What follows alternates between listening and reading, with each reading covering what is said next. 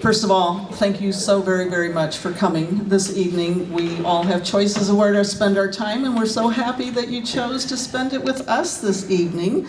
I am Linda Camden, and this is Laura Breezy. And we are your co-facilitators for the evening. If you've seen us at other town hall meetings, we tend to work well together, so we volunteered to do this again. What I would like to basically say from the very opening is that if you attended the board meeting a month ago or saw the replay of the board meeting, you may have heard that there's a ballot item called All-In assessment. Dave did a great job saying it's $150 a month.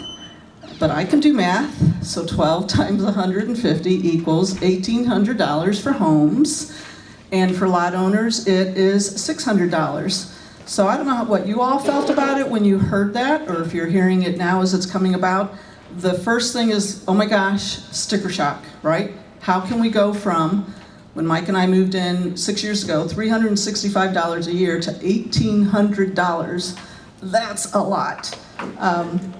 So a month ago, when I thought of this, it's like, okay, we need to understand this better. And so I approached Dave and said, we need to understand this better. I need to understand this. Can we do a town hall? Oh, of course you can do a town hall. All right, well, can you give us more information than what you've shared? Yeah, what do you need? So I started asking questions and like, okay, this is too much for me and Mike. And I thought, I need a project team. I need other people to talk this through, not just Mike and I, right? So I said, hey, I'm gonna get a project team together of other owners. Are you guys good with that? Sure, of course. So what I wanna tell you is Mike and I have had a month of working this information, of looking at the numbers, of asking the tough questions, and we did, and got this project team together, and we presented what we understood to them, and they started asking the tough questions, right? And the whole idea was, when I told the board, it's like, we want a sneak peek. We want to get some sense of this so that if we can understand it, then we can share it with people. And that's what this is tonight, okay? This is sharing of information that we have learned by asking some tough questions. And so what I want to tell you is you're going to get a lot of information tonight, a lot of numbers, okay? And Laura and I were talking the other night about the term dumbing down things, and we don't want to dumb down anything, but we want to simplify, because why is it that maybe some people don't understand our numbers here? It's a lot of information. When you go to board meetings and you hear the treasury report, it's like lots of numbers. So we do have lots of numbers for you this evening, but we will go through it step by step to present it. But what I will tell you is, while we're going to do that and give you some more information, bottom line always, always, always, always, always is that we each have to do what is best for ourselves and our family. Now, I tell you that in preparation because I've been working on this for a month. Mike and I are convinced that we like this all-in assessment, okay? And so you might see me getting really excited about something, and I might say it in a way that makes you feel like she's telling us this is what we have to do. I'm just going to tell you up front, if I get that way, just forgive me, ignore it, however you want to do. Bottom line. I'm going to be like, yeah. Calm down, Linda, it's okay. Poor Mike, you know, as I've been working on this, is like, oh, this analogy, oh, that analogy. Seriously, going to bed, it's like, well, what about this? And waking up, what about that? Then I sit in my hot tub and listen, you know, it's a lot of information, but a lot of good information. And I'm just saying this because I do get excited because I've understood it more. But again, it is by no means me kind of twisting your arm, or any one of us twisting your arm. We're sharing and presenting information, taking our time to slowly give that information so that when it is time, you can make the best informed decision for yourself and your family. Bottom line always. Okay, we all have choice. So just understand, like she said, if I get going, someone's going to pull me back and go, slow down, Linda, it's okay. All right, I think I did it. Laura, you're going to introduce the project team. Yes, Linda handed me this script that she came up with about, what, 2 hours ago, maybe? And I'm like, oh, oh, Laura. I'm like, okay, she did turn it into the Linda and Laura show, but not really. This is more about providing information to you. And thanks to our project team, we were able to put a lot of this together. So when I call your name, if you're here, please stand up. So Linda Camden is our ringleader. Thank you, but not necessary. Yes. And Please again, do that at the end. That's when I'm going to know that you all still love me. But go ahead. and I'm Laura Breezy. I'm going to introduce Mike Camden, Linda's other half.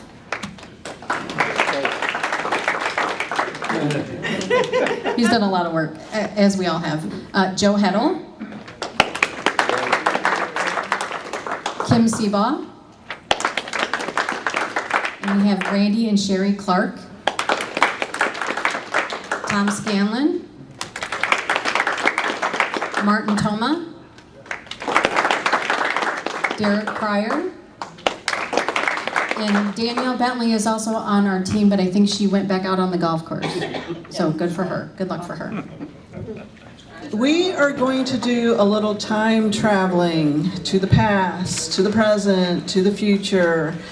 I kind of have a movie analogy. How many of you have seen the movie Sixth Sense? Bruce Willis, right? Okay. Aren't you glad that nobody came up to you and took you right to the end of that movie and told you what happened at the end? Aren't you glad that you walked through the movie, like we all did, and at the end went, what? Wow! That's what we're doing tonight. We're going to take you back to the past and then to the present before we go to the future, okay? And we're going to take our time, and again, we hope that everyone hangs in. But like a lot of movies, if you watch, well, Mike and I like to watch a lot of movies. Often what happens right at the movie is they show you some current scene, what's happening right now, and then they flip and go 6 months earlier or 3 years ago or whatever, right? So imagine that that's what we're going to do now. We're currently here, we appreciate that you're here, but we are going to go to the past. One of the things that we're going to do, and Laura, I don't know if you want to go through this, or you want me to? Okay. We want a group activity. This is another area, you know, like I said, I like town hall meetings because we give voice. With this many people, it's too difficult to give everyone voice one at a time, but we would like to give you a voice by doing it at your table. So we have a table activity for you to do. The discussion that we want to ask you to answer amongst your table, so we know it's going to get loud in here and that's okay, no buzzkills while everybody's doing this activity, is at your table, discuss this question. Ready? Why doesn't Raintree have enough money to do what we want? So at your table, discuss why does Raintree not have enough money? Now here's the guidelines. Hold on. Here's the guidelines. We want everyone to have voice, so, you know, allow each person at the table to say one reason. And if you want, you can do the, well, I heard. So you don't even have to claim that it's your idea. You can say, well, I heard, and then offer that as your reason why Raintree doesn't have enough money. All right? Then we're going to set the timer for 5 minutes for you to have this table discussion. You can talk amongst yourself, but give everyone an opportunity. And then you're going to pick one spokesperson to offer up one of those reasons, and we'll tell you more about that in a few. But does everybody understand what we're doing, what the activity is? Now that if you've all shared, pick one spokesperson, and amongst yourselves, if you haven't done this already, decide what one reason you want to share why Raintree doesn't have enough money to do the things we want. Is everybody ready to share at least one item? Laura will be our scribe, and she will write no matter what you say. Just try not to be offensive. She will write whatever your table said was a reason. And when it's the next table's turn, you can't say what the first table said. Come up with a new reason. And we have 1, 2, 3. I think we have 13 tables, so we should come up with 13 reasons why Raintree doesn't have enough money to do what we want. So anyone want to, got a volunteer here. All the lawsuit money that went with the thing with the country club. All the lawsuit money that was lost when the lawsuit with the country club. Okay, who's the second table? Kent? We felt that, the way this Raintree. Can you all hear Kent? Because I may have him come up and do the microphone. You know what, let's do that because this is on video and we want people to hear this on replay. And that's going to be true of everybody. When it's your turn, you do need to come to the mic. Raintree was more developed as a weekend getaway than it was a residence in planning, and the covenants are very reflective of that. It was more of a run down here, have a great time for the weekend, and then go live somewhere else. And the covenants don't have a lot of things built into them that should have been built into them, or if they had been built into them, we'd be positioned a lot better at this point. Third table, who's up next? We need a spokesperson. Okay, Jerry Jean.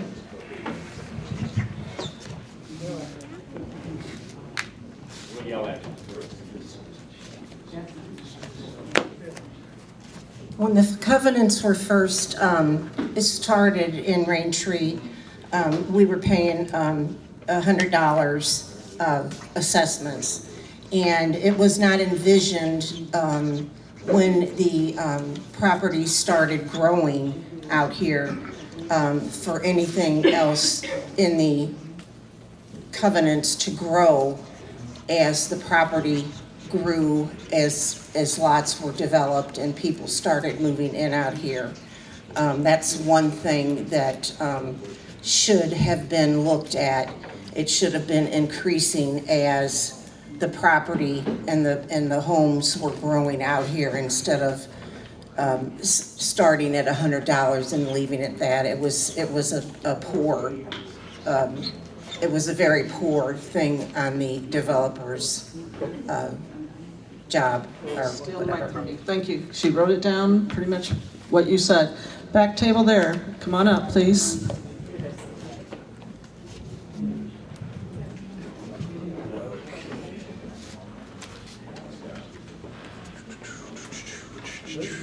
Okay.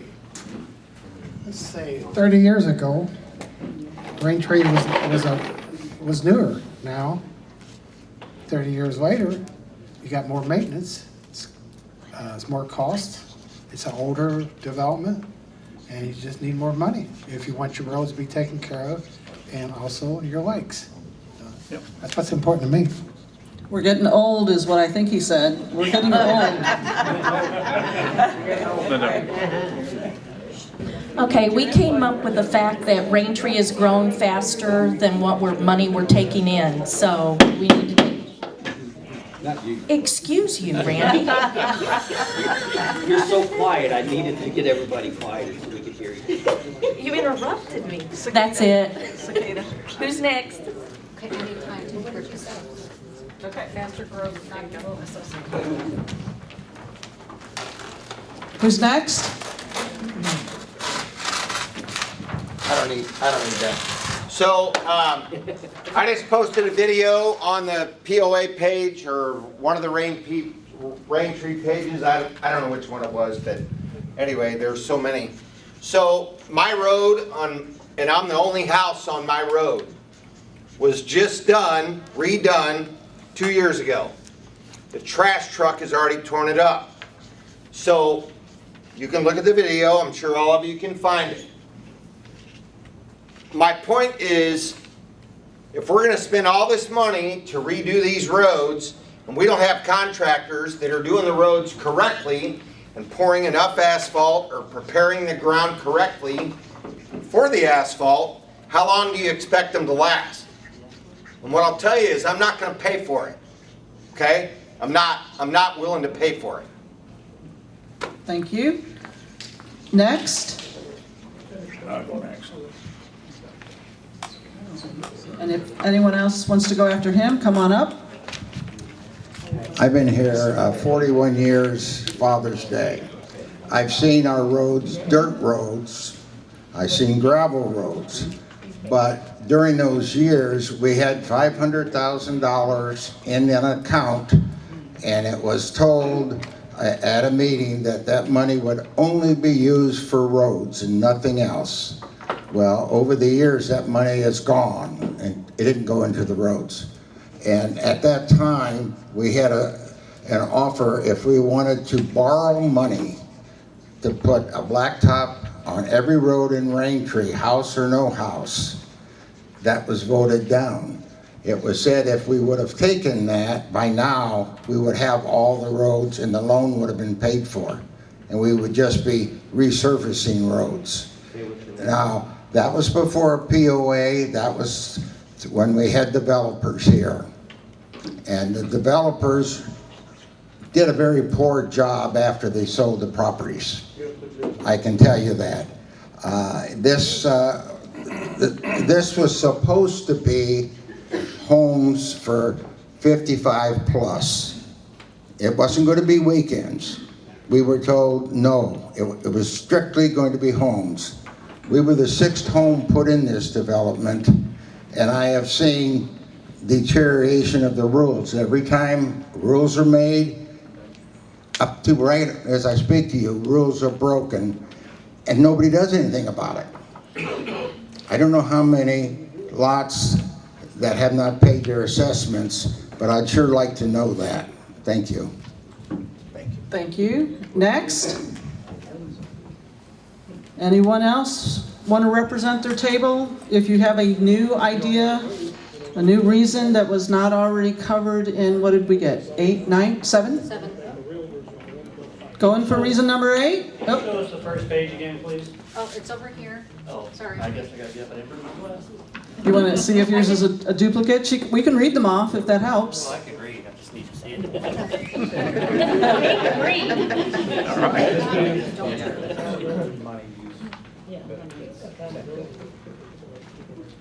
Anyone else? The only I have one question that I would like to ask. My father, who was a former alderman years ago, why can't we get a government grant? Okay, we'll put that on the questions. Go ahead. That's actually on a one of many frequently asked questions list that I have already started. Sir, you didn't come up with a new one? No, I do want to add to number 3. Somebody mentioned the covenants creating $100 per whatever.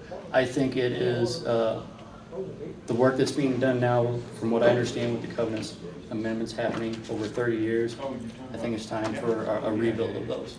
Rebuild of the covenants? Yes. Got it. My turn. Can I ask a question before you go on? So is the 1,800 a year, is that in addition to what we're already paying? Thank you. Or is that?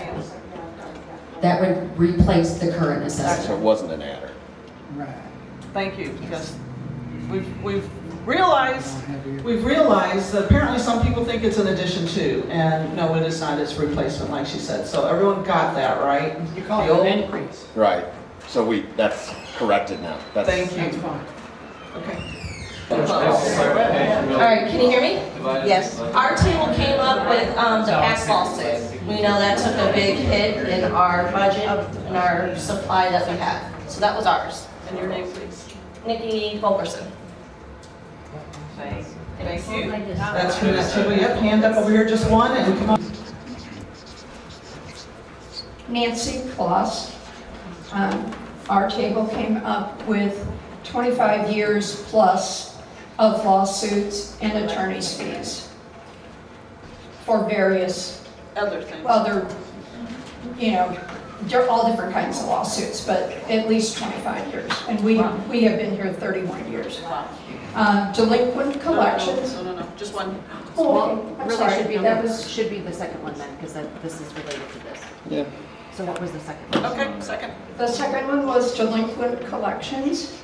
Okay, now we're. Come on back to the mothership. Hi, Timber Mark, aka Timber. I represent these cool people over here. What we came up with was mismanagement of funds. Thank you.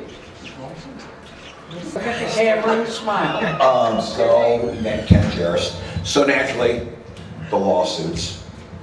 but that's in the past, hopefully, so we're not worried about that. We also came up with the delinquent collections too. You know, the delinquent laws, you know, lots. And the lots that are being turned back over to the county, we're not getting money for those. And then we did say, we had one. You only get one. You only get one. You heard me didn't correct. So now we get the new one. And Susie, and we said the past lawsuits as well, and when that could have been resolved with the club owner, just making everything fair in Raintree, but he chose not to. But our new reason is that divided the whole community, so I think people are voting no on everything because they're still pissed about that. So there has to be some, well, you wouldn't laugh if you were paying that $900. Oh, don't say anything to me. I had mean- a lawsuit against me. Oh, gosh, okay. So- But anyway, so that's part of it, is the division of the Right. community. The division, Yes, ma'am. people are pissed about the past. All right. With our table, but without a doubt, one of the reasons that we are in trouble right now is because of 13 years without an assessment increase. Absolutely. I mean, that was brutal, and I have no idea how, well, I was on the board for a while. It's unbelievable how the board is able to keep this place running on the funds that they've had. They need tourniquets, and we're trying to put Band-Aids on things.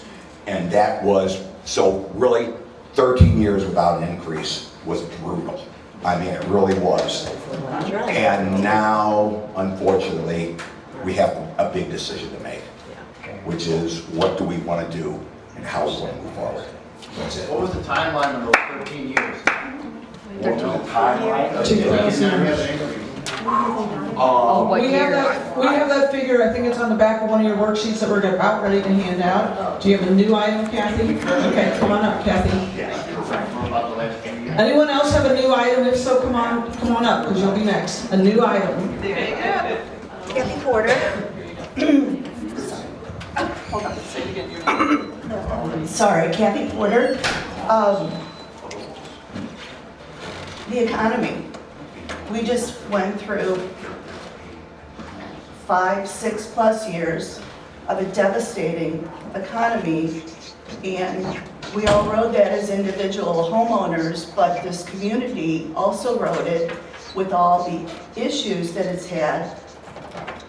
The economy created a huge cost of upkeeping the amenities that we are keeping up with.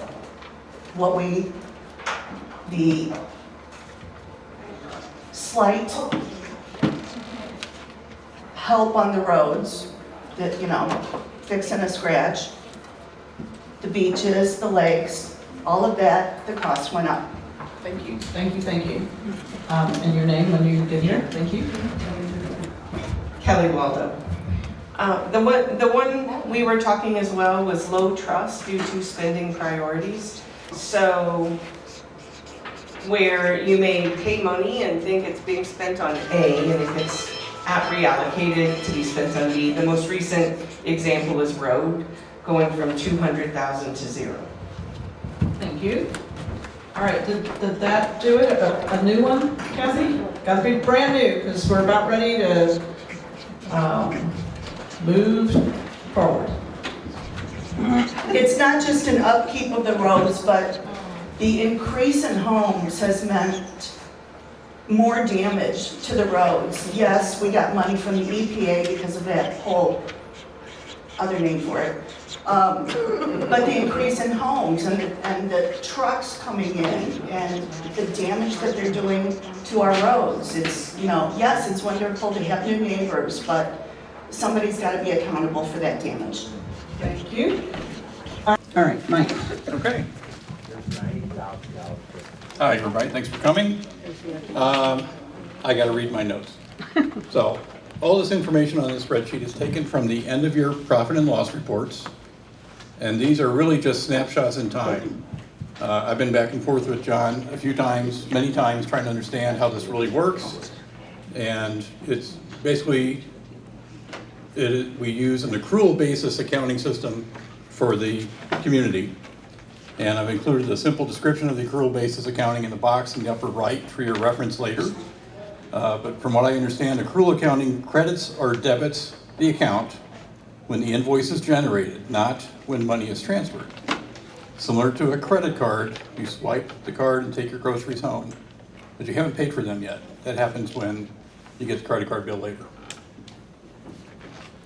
In all of these reports we will present tonight, we try to be consistent in all the numbers. They all come from end-of-year profit and loss reports. We're trying to maintain an apples-to-apples comparisons.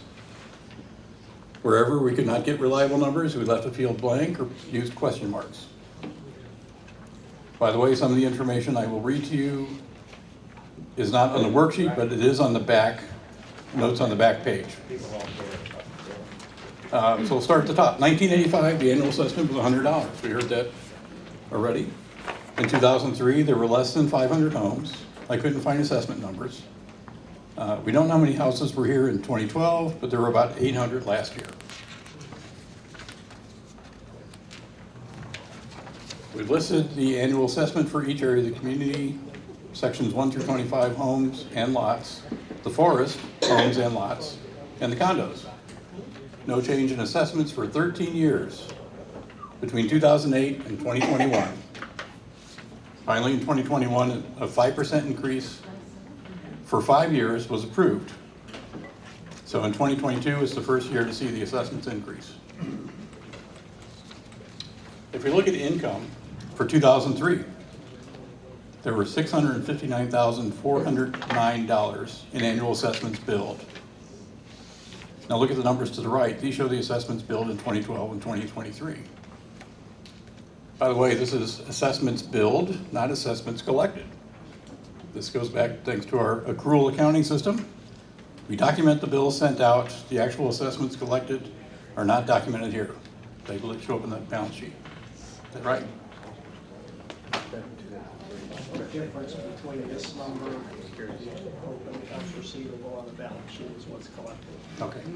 Over my head. I don't get it. At the far right is a column labeled percent change 2023 compared to 2003, a 20-year difference. Assessments billed only increased 12% over 20 years. When can we ask questions? Later, Okay. please. Inflation went up 69.75% in that same time.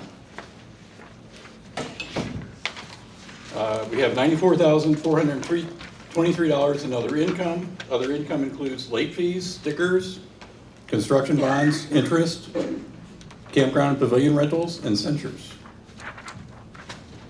Speaking of other income, look to the right in 2023, it's over $291,000. That's a 209% increase over 2003. In 2023, the other income included $75,000 from assessment late fees and interest. $54,000 came from boat stickers. Almost $31,000 from car stickers. $15,000 from hang tags. And almost $72,000 from construction bonds. Back to 2003, total income on the left, we have a total of $753,832. Looking down at expenses below that, we've itemized 5 main line items: payroll, maintenance, roads, lakes, and security. First, there's payroll. This is the office and maintenance staff costs. This is payroll, payroll taxes, workman's comp. General maintenance covers the cost of maintenance equipment, trucks, mowers, snowplows, plus fuel, which is huge, equipment repair, and winter salt and sand. I'm not going to read every number here, but I will highlight some of them. For roads in 2003, we spent $83,000. Look to the right, in 2012, we spent almost $267,000. And in 2023, we only spent $120,000. Another notation listed on the back is that between 2016 and 2021, the POA received money from the EPA to help pay for roads damaged by their trucks. EPA paid us $1,266,000 over 5 years. That helped a lot. For lakes, we didn't spend much in 2003. The largest single expense was sand. Then lake treatments, signs, fish. We had a trapper come in, maybe we had muskrats, and a porta potty. In 2023, to the right, our lake expenses was over $67,000. Of this, $44,000 was spent treating lake weeds, and $10,000 for beach security. Speaking of security, in 2003, we had a manned guard check plus a roving patrol. In 2012, we only had a roving patrol, so the cost went down. And in 2023, we only spent a little over $23,000, and almost half of that was the cost for repairs and supplies. Other expenses is everything not listed above, including insurance, bookkeeping, utilities, taxes, office supplies, fees, etc. And we look below that, income minus expenses for 2003, we say that we ended up over $3,000 negative. We lost money. I'll give you a minute to look at 2012 and 2013 or 2023 numbers. Be sure to look at the percentages on the right of the income and expenses data. You can see how much difference there was between 2003 and 2023. And at the bottom of the page, we show the value of today's $100 in each of the years listed. $100 today would have bought $169.75 worth of stuff in 2003. And these things are everywhere. That's it. Thank you.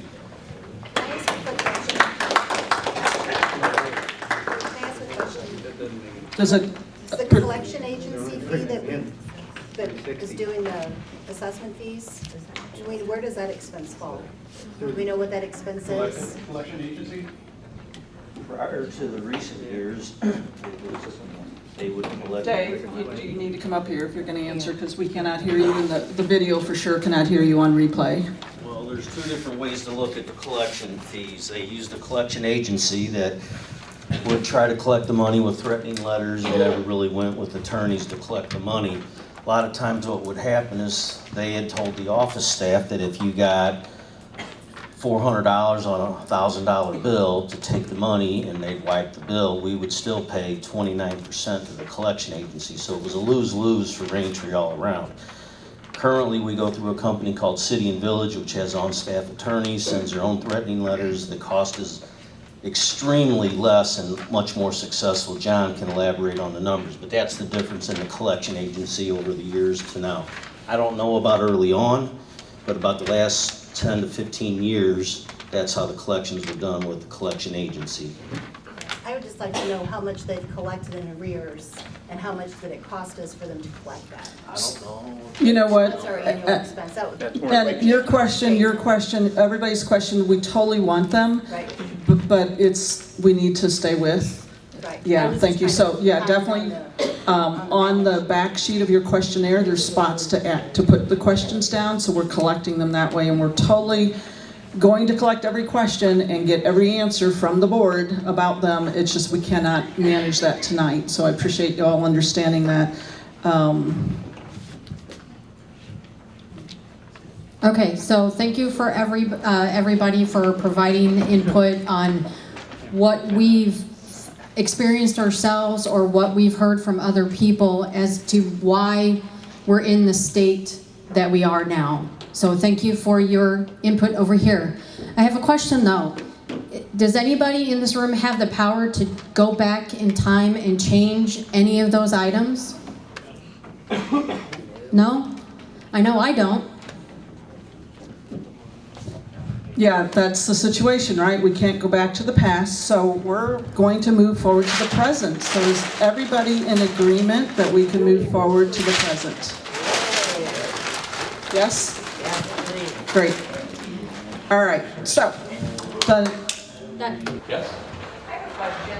It says on the back, we got 1.2 million from the EPA. Why is that not listed on on the income on the front side?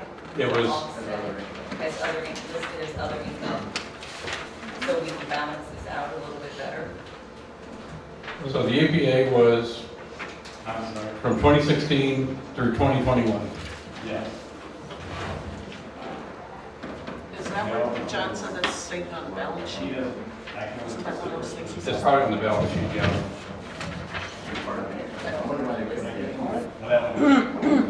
So that is in the years in between what we're actually looking at? Right, that's fine. That's why it's not.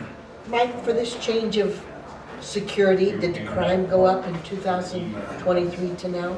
Don't know. Oh, you don't know? Don't know. Repeat the question. Did crime, She's asking if crime went up in 2023? well, with Between the, 23? with the decrease in security? We don't know. You We don't don't have know. that information. I'm just showing how much we spent or allocated to spend. Yes? I think one point also that's, it may not affect the POA monetarily from year to year, but due to the actions of the POA board, we have each homeowner has an increase in water and sewer from 2003 to 2023 of over 300%. So utility So, costs. right, and that's, you Yeah. know, We're not. you're asking for money out of people's budget that, you know, they're already. Yep. Everybody in here has experienced that same increase. And we are all the POA. Ken? Hey, Mike, and I did look at it, but the question was, what happened to the money that we got from the EPA? I thought the EPA, was the EPA money that was given to us, did that go in as income? Or was that money given straight to the, you know, for the road people? Because all that money went into the roads from what I understand. Yeah. Right. So I don't know where that, you know. I don't know. The EPA money coming in was, you know, we picked 10 years apart, 3 dates, 3 years. The EPA was in the middle of those. It doesn't fall on any of these particular years that we looked at. I don't know. Somebody have to look. Yeah, the EPA income was listed separately as an income item. It was offset with the roads expense, all that was used for roads. Did everybody hear that? No. The EPA money was a separate income item, and it was used to offset the roads and budget. That's what I to was assist it. Okay. In those years. In those years. Right, we're just jumping. So then were we spending like the full amount on roads? It wasn't We reality? spent, right, so whatever we budgeted, say 200,000, that was on top of whatever the EPA money was. So we used everything. And if you guys don't know, Denny Swatner was the one that was involved that got the EPA to got them involved and got us over $1 million. Right. And without Denny getting that money, we would have been where we're at right now a long time ago. This with our roads. Anyway. Thank you. Mike? I have a question. Yeah. So, why do we not have an accountant that actually goes back and does this on actuals instead of accruals? Because I don't feel like this is a fair representation of our expenses. I think we've Because it's had accountants. manipulated as to show what you want us to see more than what actually happened. I mean, an accountant can go back in and do that. Yes. So is there an accountant on the board that keeps our? We don't have an accountant. We've had one, a contracted accountant. Glenn, keep me honest, do you know? Well, I mean, the board is not legal or accounting. We'd Right. have to. Everything's contracted. Yeah, correct. I just feel like I don't understand the We numbers just went with because the they're not. public numbers that we have. There's I just feel certainly like more behind it. they were picked and choosed as to what you wanted to show. And then when someone newly builds, don't they pay a deposit? It's a construction bond. And is part of that kept by the POA so that to offset the expenses on the roads and the? Yes. So why would that be a problem then? That money should have been used to do that then. So was it just left in there It's and not not enough. used? That needs to be raised. Then, yeah, It's why not don't enough. why is that not raised to our new Our complex is now so overpopulated. I worry about our sewer systems and everything else. Why do we need to fill every lot? We don't. I mean, I moved here to live in a country environment, and now I feel like I'm in suburbia. Can I interrupt you, and thank you for sharing that, and all good valid questions and points. And we really want to collect all that information. It's just that we do need to move on to continue presenting today's Write it down, information. turn it in. The profit and loss and the accrual thing, yeah, we're like, we don't get this either. But when we looked it up, it appears that businesses prefer that, right, Mike? That's Versus the accounting best practices. so it's the accounting best practices. You know, They that's make us do it. that's what was chosen. That's what's published. I understand, and we'll address this a little bit later, there seems to be mistrust feelings. I think it came up on our past. Those are all good. That's good information. We need to keep the board accountable, keep everybody accountable. Here's what I want to say about money, and I might be totally off track. It was about 1.5 years ago, maybe, that it really landed on me when our then current treasurer, which I think was John Willett at the time, maybe he was some other position, but he said, as we sat here in a board meeting, "This is your money, folks. This is your money." And it's like, that is our money. And they're managing our money. So we need to, for sure, elect the right people. The board elections are coming up in September. You know, elect them based upon their experience, if they have accounting experience, legal experience, anything that they can offer. They are volunteer positions. I think everyone here is aware it's a volunteer position. But elect the right people that have the right skill set, expertise to manage our money, be good stewards. And that's what we can ask them to do, is be good stewards of our money. And I partly say that because as we go further here, we also need to be good stewards of our own personal finances and money, right? I mean, we all need to do that in life. So if we're going to ask that of the board, we need to also ask that of ourselves to be good stewards of our own money. So definitely we want the questions. If you don't want to write them, at the end we'll say, go ahead again, tell us who you are, ask your question, because we will collect those questions and create, I think Laura said, a frequently asked question. I forgot to say. Okay, we will be collecting questions, create a frequently asked question. We want you to know that your voice is important, your voice is being heard. It's just a matter of collecting it in a way that it can be looked at and managed and answered by the board. And if you see us stumbling up here with some answers, it's because I swore to the board, to John and Dave, who gave us permission to do this, that we would not represent the board on the answers.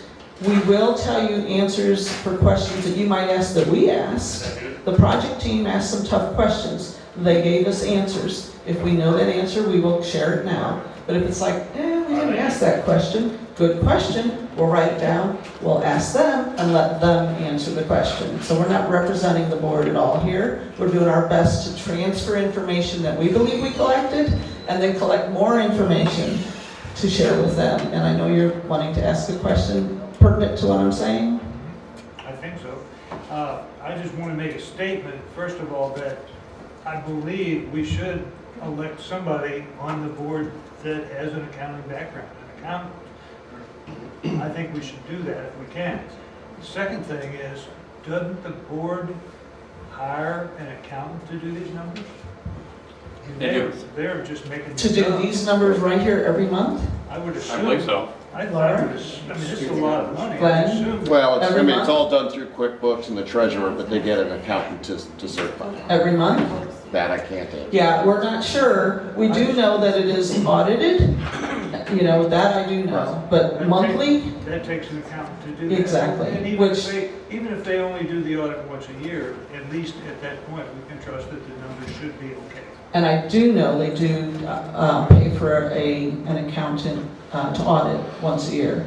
So that I do know, we've heard that answer. Yeah. Monthly, not sure about that. Getting, what this gentleman said was, elect someone that has accounting experience on the board. You know, of course, that person has to put their name, they have to want to be on the board to audit a lot. And that's a slippery slope. I mean, if he's a professional accountant, does he, when he answers accounting questions, he has to bill for it? You know, there's a professional. Right. So we're getting a little off track, but thank you, we caught that information, and please keep thinking of your questions, we'll definitely get them documented. I'm going to turn, I just want to remind you that we're reporting facts that are published. Those profit and loss, those numbers you just went through are on all the profit and loss statements that they hand out every month, that they also, I think, put on the website. Some of that old data, we had to look for the old things. The present, Martin Thoma, is going to give us some information about our property values. Just pay. Just write the check. Are we ready? So I will keep this brief in the interest of times. Many of you know me. I've been here as long, if not longer, than John Kolish, if you can believe that. And I've had a number of capacities. I worked for the developer as Raintree was being built. I managed a utility company. I sold real estate in Raintree, both as representative of the developer and later as a private realtor. So I was asked to kind of take that experience and bring it to bear to talk about what people expect, what they value when they come to look at Raintree. The people who came to look at Raintree when we had a sales program had no idea what they were looking for. But they came here and they saw a future. And they saw a community that had an amenity package, which included not just roads, but the lake, the beach, the campground, the club, with the pool. And they were buying this kind of package of goods with the hope that when they invested, it would appreciate in value. Those who have chosen, or did decide, to buy homes here have been rewarded in large by appreciating property values. We have some data from the St. Louis Multiple Listing Service that proves that. Raintree values have inched upwards, generally faster than the overall market. There was one period, 2011, when the club was closed and real estate values declined countywide, where our values went down also. It was about a 4% drop in that year, countywide, but we had a 37% drop. It was like a 20% greater than the whole, which is just a demonstration of the fact that all aspects of our community need to be in place, need to be functioning well in order for people to have confidence when they invest in what, for most people, is the major investment of their lives. When I show people back, starting in 1985 and going through until I retired from real estate this year, their first impression is important. And if they see roads that are in a poor state of repair, it will not reflect well on their perception of the community and their willingness to invest in a home. Back in the day, everything was gravel. And the policy of the Property Owners Association, starting in 1985, was buy, build a home. And by the time you finish, we will have a hard surface road constructed to your home. And that's how it went.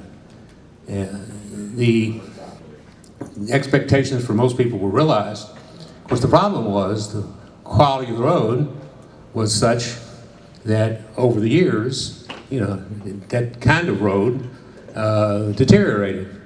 And the POA has worked diligently to keep those in good repair when the money was available.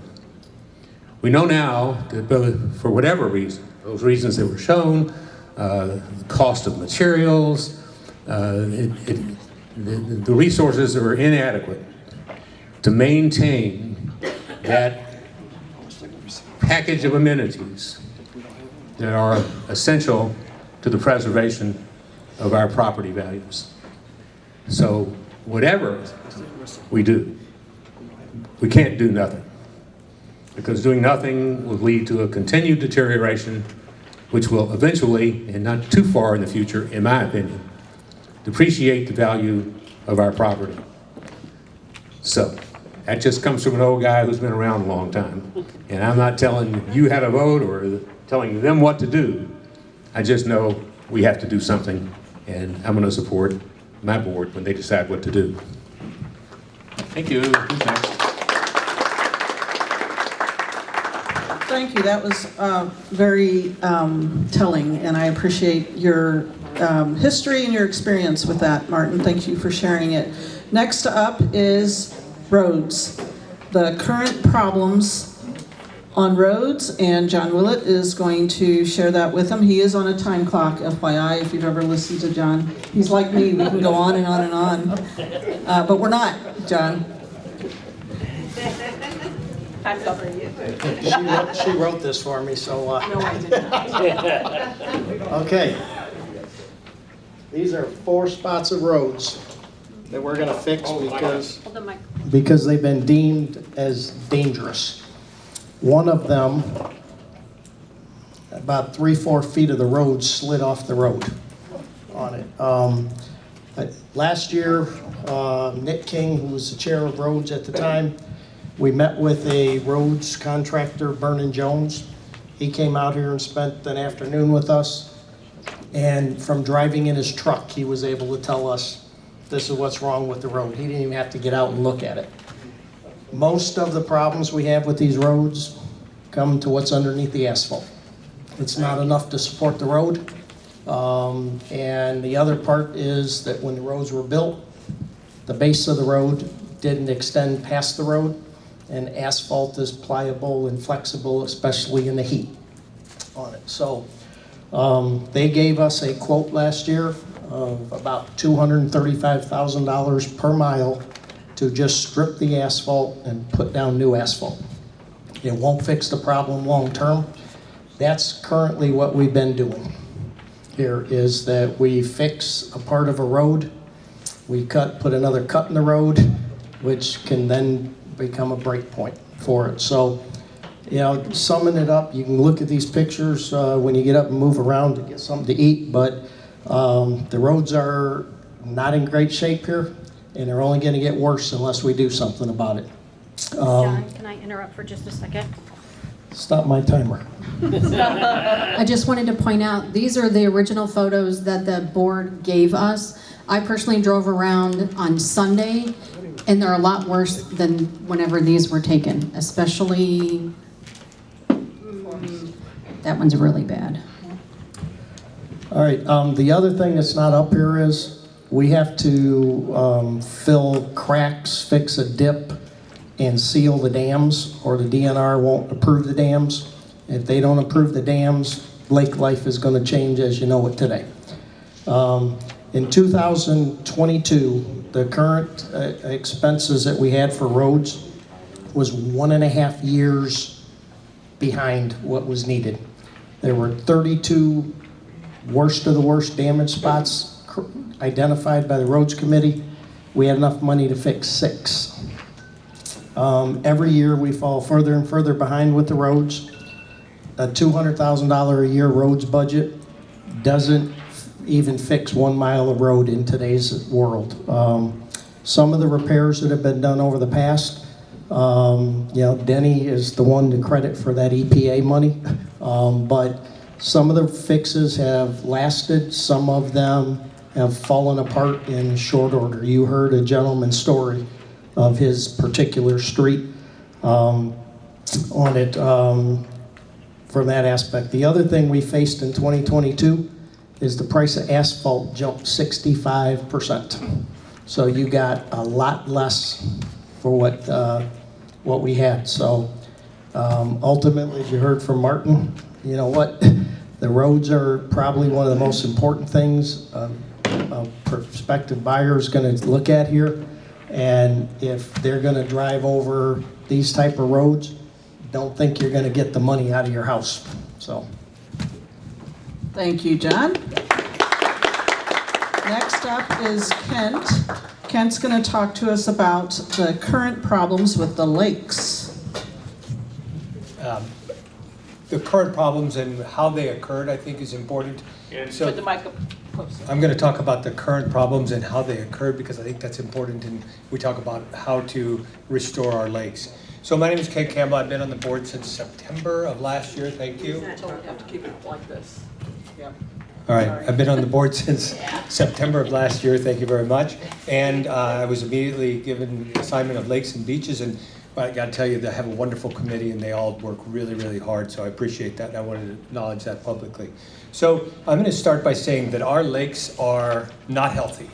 They're unhealthy, and the reason I say that is because that's true about every man-made structure, a body of water. They're all born with a, I don't want to say a death sentence, but a life expectancy. You know, they're not going to last forever and ever. And this is not a result of neglect or abuse or anything that's been done. It's just they're old enough now. They need to be addressed. I don't know that they were neglected in the past. They just need to be addressed. So, of course, you can drive around and you can see that the lakes are filling in. Just drive through one of the coves or anything. But the bigger concern is the water quality. The water quality has really declined or is in a bad place right now. Why do our lakes fill in? Two main causes. Number one is erosion.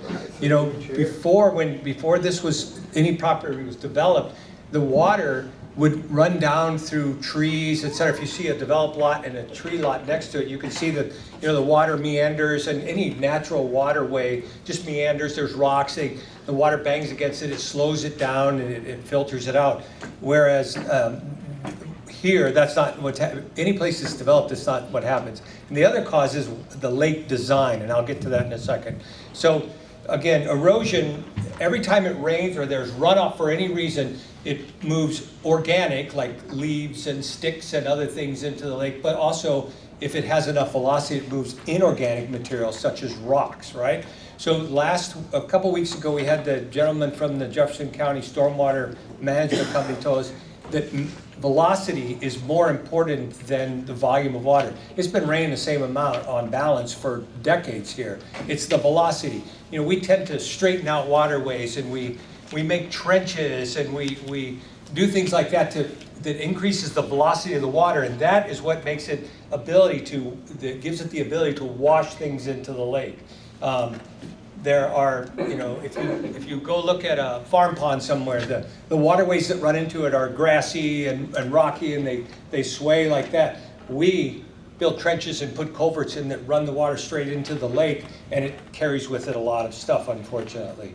The other is the lake design, and I'm not a painter by any means, but that's why I brought this prop. I'm a visual learner, and if you can imagine the water running into the shallow end or any part of the lake, and then it slows down as it gets into the lake. Can you still hear me? Am I doing this adequately? I'm going to hold this for you. It slows down as it gets into the lake, and then the water runs over the spillway. Well, it moves really slowly through here, and guess what happens? All the sediment drops to the bottom. You can tell that because when these lakes were built, Autumn Lake was 80 feet deep. We recently did a survey on the depth. We had a hard time finding places that were 60 feet deep. And if you look in the coves, you can tell that they're much shallower than they used to be. If you go to Summer Lake, nearly the half of it, the shallow half of it, you could practically wade across it. It's just so shallow. It's so shallow, and it's just filling in. Okay?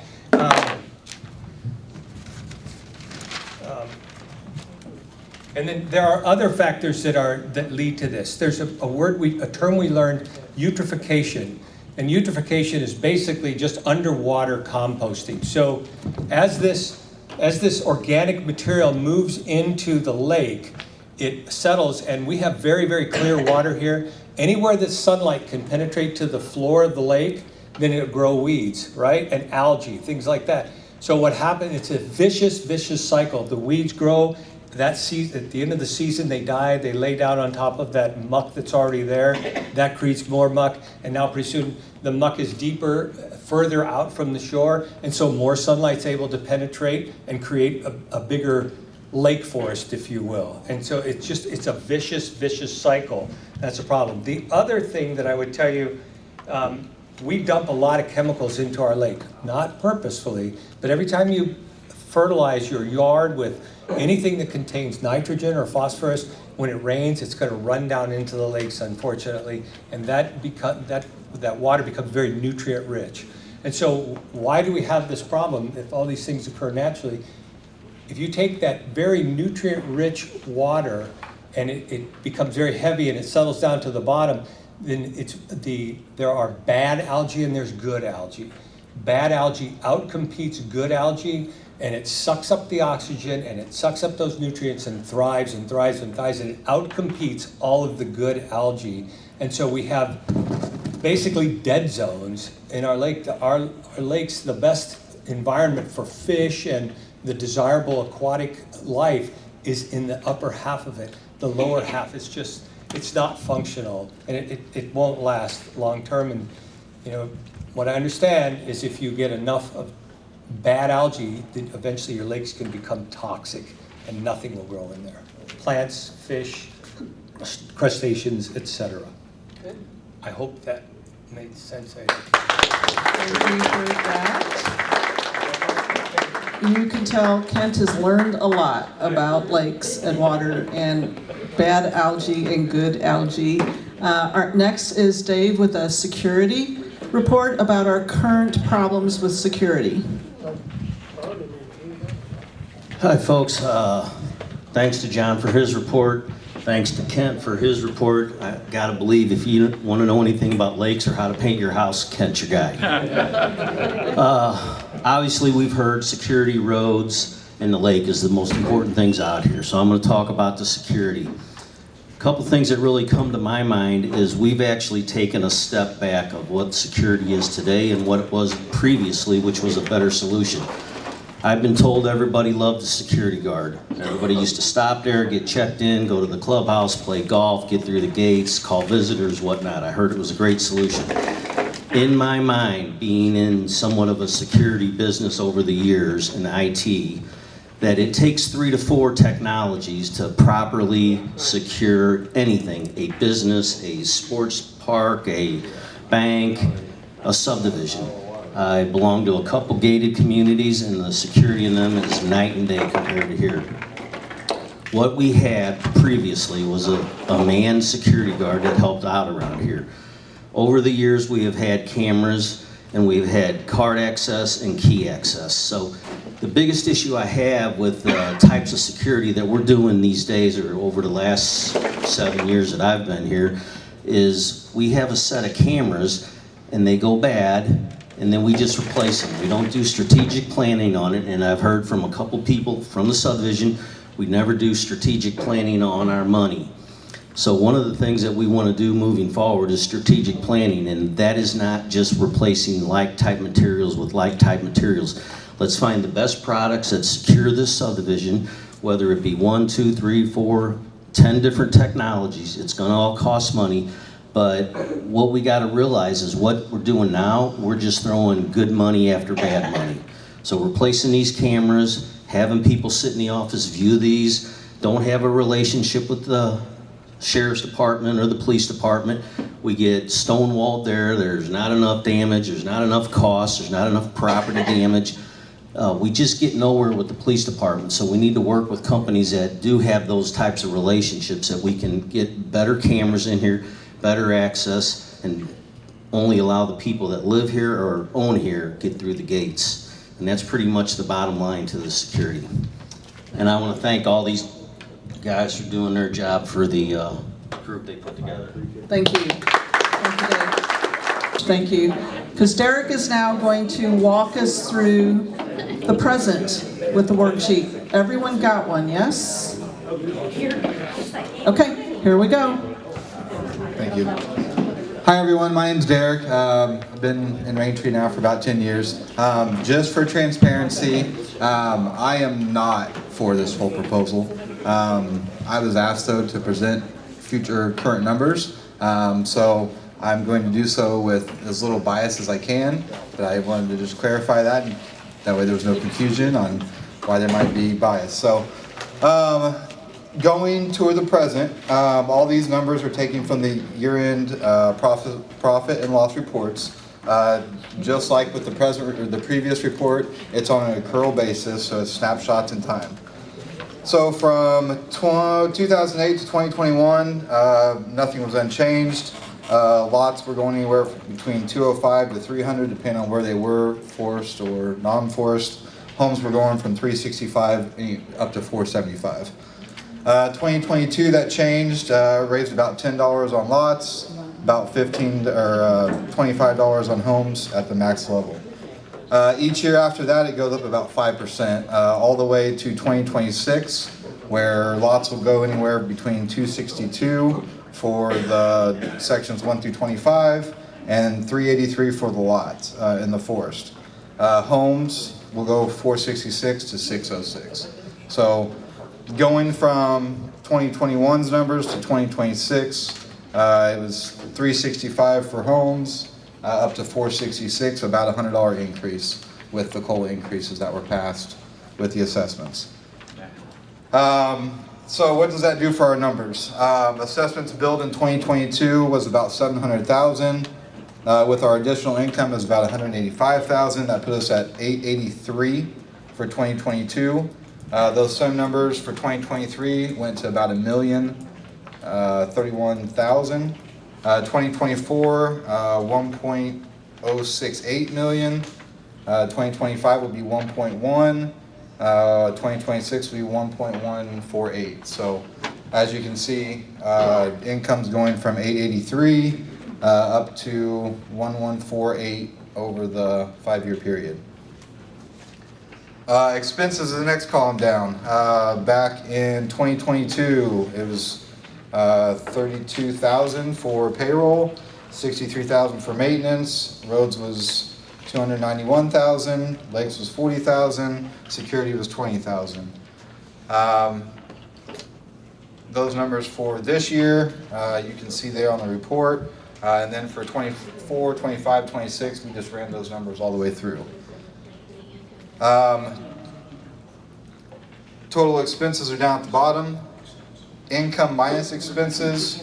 2022, we had $8,000 in income. 2023, we had $350,000 in income. 2024, we're expected to have $387,000 in income.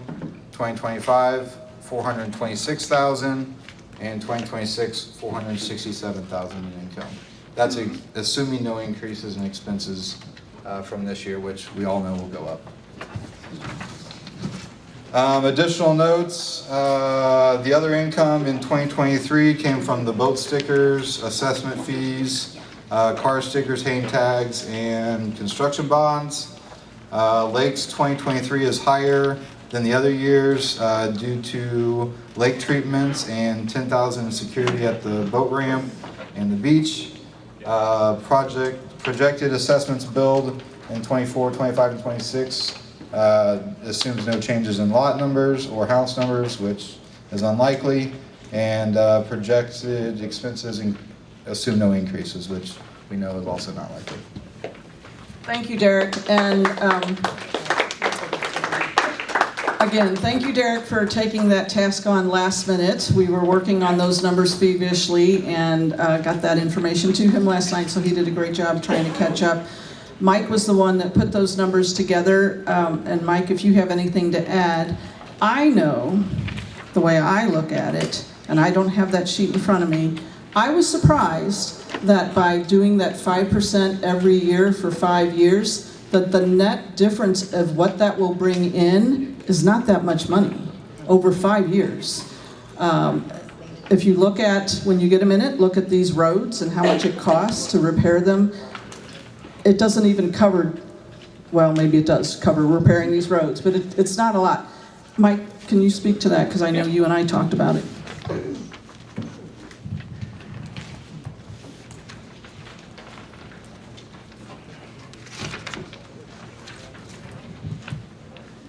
Right, so like Linda said, for over that 5 years, the difference in assessments between 2022 and 2026 is $157,000. That's for 5 years. That's not enough to make a difference. Does that sound like a lot of money for a household budget? Yes. For a large community like Raintree? No. That 5% assessment increase doesn't get us much ahead. One other note, maintenance equipment and vehicles are used every day. One new lawnmower could cost $20,000 to $40,000. We've got one truck that is 10 years old and a tractor that is over 40 years old. A heavy rain could take out a section of road at any time. Where will the money come from to take care of these problems, these expenses? That $157,000 isn't going to do it. That's it. Thanks, Derek. Clarify something on this for folks.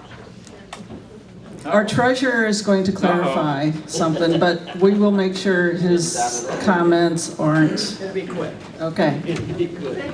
Okay. For Derek, for one night, you were amazing. You got them 5 minutes before it started. So, To be clear. one of the things that this shows that I just want to point out is we don't really have net income. Is the assessments go from July through June. Most of it is collected mid-year. At the end of the calendar year, you've got the assessment money that has to last you through the next 6 months because you don't have assessment money coming in until June of the subsequent year. So it's not really that Raintree's sitting on that excess money each year. It's just a matter of the assessment goes on a fiscal year basis, the tax returns and the financials are on a calendar year basis. So that represents some of that difference in there. The other thing I just want to point out in this model, it's got $120,000 for roads in here. That stuff right there is $75,000. So that's about all you're going to get fixed year after year with the current year. Yay, thank you. Look at your questionnaire at the question in the middle of the page or that front page. Do you believe we need more money to maintain Raintree? After hearing all this information about money, the past and the present, is your answer any different now?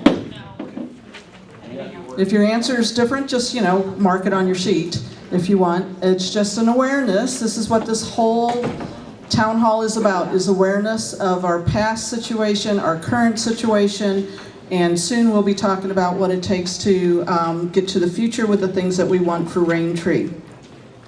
But what I would like to do first, and this is a fun part for me, is listen to a couple of people's experiences of what you love about Raintree, okay? What you love and value about Raintree. And so when I'm going to share my story, it's a quick one, but imagine that some of you have been here for a long time, but imagine, if you can remember, like when you moved into Raintree and you told your friends you were coming to Raintree, and they go, oh, how's it going? What do you like about Raintree? Tell me something. We've been here for 6 years. We bought here because I love that beach, okay? And I go down there in the weekdays. I don't fight the crowd. And I invite my sister, my family out, those that can come with me during the week. And I sit on that beach, and I look across the water and see all those big houses over there, and that gentle breeze coming in, that white sand. Maybe a boat will go by, and I'll get a gentle little wave. Maybe I've got my grandkiddos with me. If I don't, there's kids usually playing and they're having fun and whatever. I love it. I truly feel like 5 minutes from my house, I have the experience of being in Florida. And my sister, like I said, she comes out often and she does the same thing. I can't believe you live here. Now Mike's all about the fishing, so he gets to do his fishing thing, but I love the beach experience. So I'm here to ask any one of you, what experience about Raintree do you love that you would just gush about when you tell your friends? If there's a golfer here that loves that golfing experience, I would love to hear a golfing experience. I know some of you just do the golf cart thing around the way and you're having fun that way. Many love the bar in the country, the restaurant experience. Are there one or two of you that wouldn't mind coming up and telling us what you brag about Raintree, about when your friends say, tell me about Raintree? Don't let me be the only one that's doing this. Someone's got to come up here. Because when you look at various places on social media, I have seen people say it's paradise. It's my slice of heaven. I love the sunrises and sunsets. For those of you that get to capture that, I don't get to see it where I live. But from my hot tub, I get to look up and I get to listen to the birds. We have an owl in the backyard. That's really cool. We all have cicadas now. But is there anyone here that would want to share something you brag about Raintree? Nobody? I'll say something. Oh, who? Oh, we got one. You got to take a moment here, but Tom's going to share a good story, right? Yeah. Well, what I really like about Raintree is the people. Back, I was disconnected for about 3 years, but the greatest thing about it is, between the HOA and the golfing, is that we had so many friends. I mean to tell you, and good friends. There's a whole lot of new people here that I don't know, but I knew practically everybody in Raintree before that, and that is, I think that is the best thing about Raintree. It's like a small town. You get to know everybody, and everybody's friendly, except one person. Only one? Only one person is not friendly. That's great to hear. Anyone else have an experience, a brag moment about what you enjoy about Raintree? So this relates more to the full-timers, and I know a couple friends of mine, and my family comes out a lot, my kids come a lot, my brothers come out a lot, and there's nothing better than sitting on the boat at about 4 o'clock on a Sunday afternoon waving bye to them, and it's just paradise out here, and they're so jealous that I get to stay. I love that experience. I love having my grandkids come. They love it, playing in the sand. Love hearing other people's kids. That was my love. This is my brag. Anyone else here have a brag that they would like to come up and share with us? What do you love? Is it the golfing experience? We're not golfers, so we can't relate, but some of you, come on up, Sharon. Come on, please. Oh, She's in this. I can talk louder. Okay. Sharon Redmond. Okay. We live on the fishing lake, and I prefer the fishing lake so much. I have a bunch of grandkids and great-grandkids, and I don't have to worry about them playing out in the water because of speedboats or jet skis or whatever. I'm completely confident that my grandkids are going to enjoy the lake and be safe. that's great. Thank you for sharing that. Another experience, what is it that you love and brag about Raintree? Nancy? Better say your next door neighbors. This paid endorsement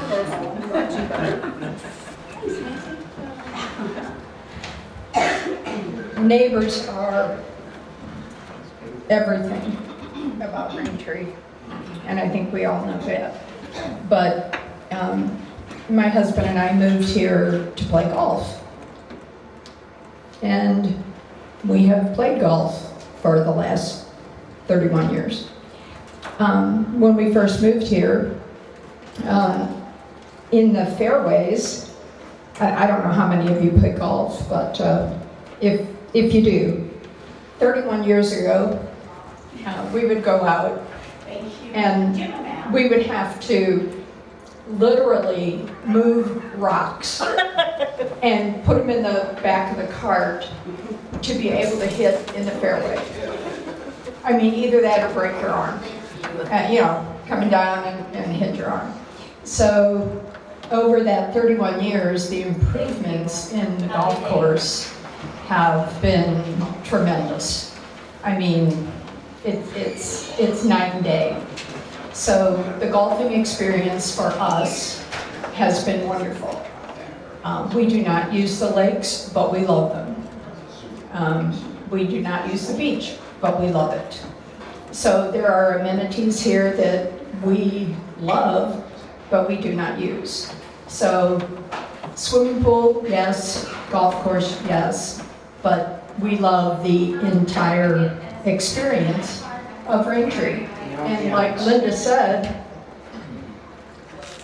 what's the point of going on vacation when you live at vacation?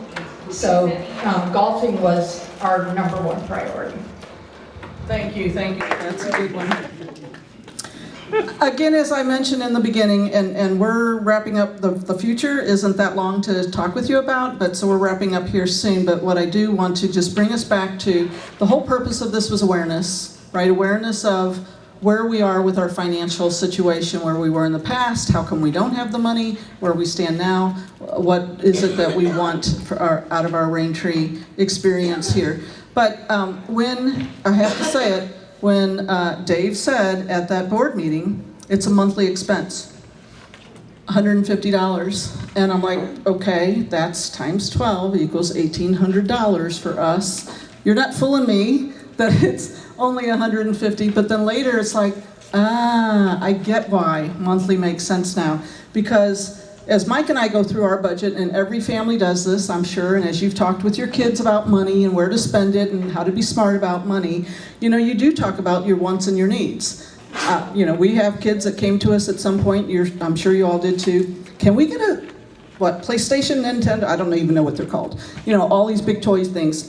Yeah, someday you can, but honey, you know, we talk about the needs that we have in our family. Everybody can relate on a monthly basis what your needs are. You know what your electric bill is, you know what your utilities are, and you probably have the experience of, you know, how much money do we have, where do we spend it?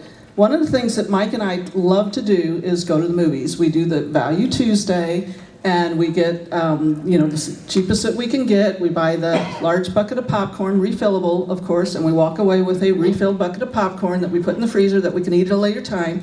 But that event costs us, that experience costs us $25. No big deal, but I have seen families go in there and they buy a lot and they walk out certainly with a $70 bill. It's crazy, you know, for the soda and the popcorn and whatever. But anyway, we love the experience. It costs us $25. Now, we do have a big screen at home. We could easily have that similar experience for probably $5, right? It's going to come to Netflix soon, or one of the streaming services, or we can go to Redbox, pop our own popcorn, buy a 2-liter bottle of soda, whatever. For $5, we can wait and see that movie. But we don't. We love the experience of the big screen and the rumbling and all that DLX or whatever the screen's names are. We love the experience. How often do we do that? We try to do that at least twice a month, but depending on blockbusters. But part of what I'm saying this for awareness is think about your monthly expenses. Think about where you spend your time and money. We had this in the team meeting that we had, and it was like, how much does it cost when you go out for dinner? Joe, you don't mind me sharing, do you? Joe immediately said, oh, we went out last night. And I said, oh, where'd you go? Well, my wife and I went to Saucy's. If you all been to Saucy's. I said, what'd you spend? He said, $25. Well, 40. And then he said, no, that was just for the pizza. The pizza was just $25. The bill came up to be $40, right? And so we all went around the table, and it's like, yeah, if you go out, you know, you get a bottle, not a bottle of wine, glass of wine. Some of us get a bottle of wine. But anyway, it is not much for two people to rack up a $50 to $60 bill just eating dinner. That, you know, 2 hours later you forgot even existed, right? It's just, but we love the experience. And I'm just asking you to think about what your wants and what your needs are in your life, and think about, and I'm not asking you to give it up, please understand, we're not gonna give up our movie. I talked to someone else, they're not gonna give up their date night. I'm like, good for you, you need to still have your date night. That's not what this is about. It's about going through and going, what else do we spend our money on, you know, and what value and appreciation do we get out of it? So that's all I'm saying is be aware. Like I said in the beginning, everyone has to make the best decision for themselves and their families. You know, just take a look at what your monthly expenses are, and that's why now I appreciate the monthly $150, because it is something that you can budget every month. I remember in some of the meetings that people would say, well, when's that going to become due? You know, sometimes when you look at a whole year at a time and it comes due right after some big event in your family, it's a lot. But on a monthly basis, it's budgetable, and it's something that you can consider doing, whether it's $150 a month, $50 a month, whatever the board ends up with. Just review your own personal finances. No other experiences? Anyone want to share another experience here? All right, we are going to jump into the future. And first up in our future is John, back with a solution for the roads. he did pretty good with keeping on track with time, so we'll make sure he does it again. Nope, now it's my time. You talked enough tonight. So the future with the roads are, if the assessment doesn't pass, that, and worse. But if this assessment passes, over the course of 10 to 12 years, we should be able to, will be able to redo all the roads in Raintree, all 40 miles of it. We'll be able to maintenance it. It should be approximately 3 miles of roads a year that will be done. So it's going to take about 10 to 12 years to get through it. And we will have nice roads. We'll be able to maintain the roads. Going back to the contractor, he said, you know, the road, when it's put in, is split 2 lanes almost. So there's a seam down the middle. He's like, the seam will break apart if you don't fill it, don't seal it over the course of time from that. And I think if you didn't see these pictures up close, just drive down a road, and if it looks like it's got an alligator on it, the base underneath it is not supporting the road, and that road will eventually fall apart to these 2 pictures. So the assessment will make sure that we have nice, good roads all the way through Raintree. Thank you. And now our solution for lakes is Kent back on board. I don't know if solution is the right term. Okay, some options. So quickly, in the interest of time, before I ran through a couple of things, and what I should have added was bad bacteria, bad algae. I called them bad algae, harmful algae. We have HAB, harmful algae blooms. The important part is they suck up oxygen. They utilize a lot of oxygen. Good algae produces oxygen, reoxygenates the water, okay? So that's important when we talk to this part.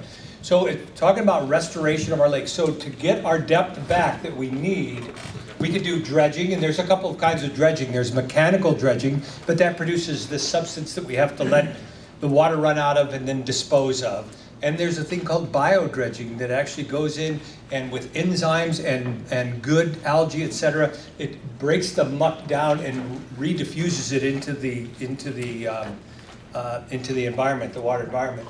The other thing we can do is slow the water flow. So, you know, we're going to have, just like we had the lakes evaluated, we're going to have an engineering firm come and evaluate the water flow into our lakes through all the different creeks and different ways. But you can do some at your own home. Next time you plan on landscaping or anything, try to see if you can somehow slow or divert the flow of water from straight down your yard into the lake. And it doesn't matter if you live 4 houses or 5 houses up from the lake. The water's all going to get to the lake anyway. So anytime you can slow the velocity of the lake, of the water, that will help. Eutrophication, that term that I just call it underwater composting. We are making a dent in eutrophication, but we're using chemicals to do it. We're pouring copper sulfate into our lakes. And yeah, the lakes look great as a result of the copper sulfate, but long term, I'm not sure that that's the healthiest thing to do for our lakes. And so if we could find a better way to do it, why not? So, and then lastly, just avoid using nitrogen and phosphorus rich fertilizers on your yard. So all those are great things that would help, but none of them address what I was talking about, that dead toxic water that lays in the bottom, that nutrient rich, minimally dissolved oxygen water. And so there are ways to do that. There are systems out there that circulate and percolate. They put oxygen into the water and turn the water over, like every lake turns over once or twice a year. And if I had, I love props, so if I could have brought one in. Does somebody here have an aquarium in their home, like a fish aquarium? What's that? Want me to go get it? And you had but you had a bubbler in there, right? You had a thing that bubbles water up through there constantly. Think of that in our lakes. We have systems that can put water in there. If you stop the bubbling thing, what happens to the fish? They die. They don't do as well. So there are ways to not only address the depth, but more importantly, make our lakes healthier again. And we're researching those right now.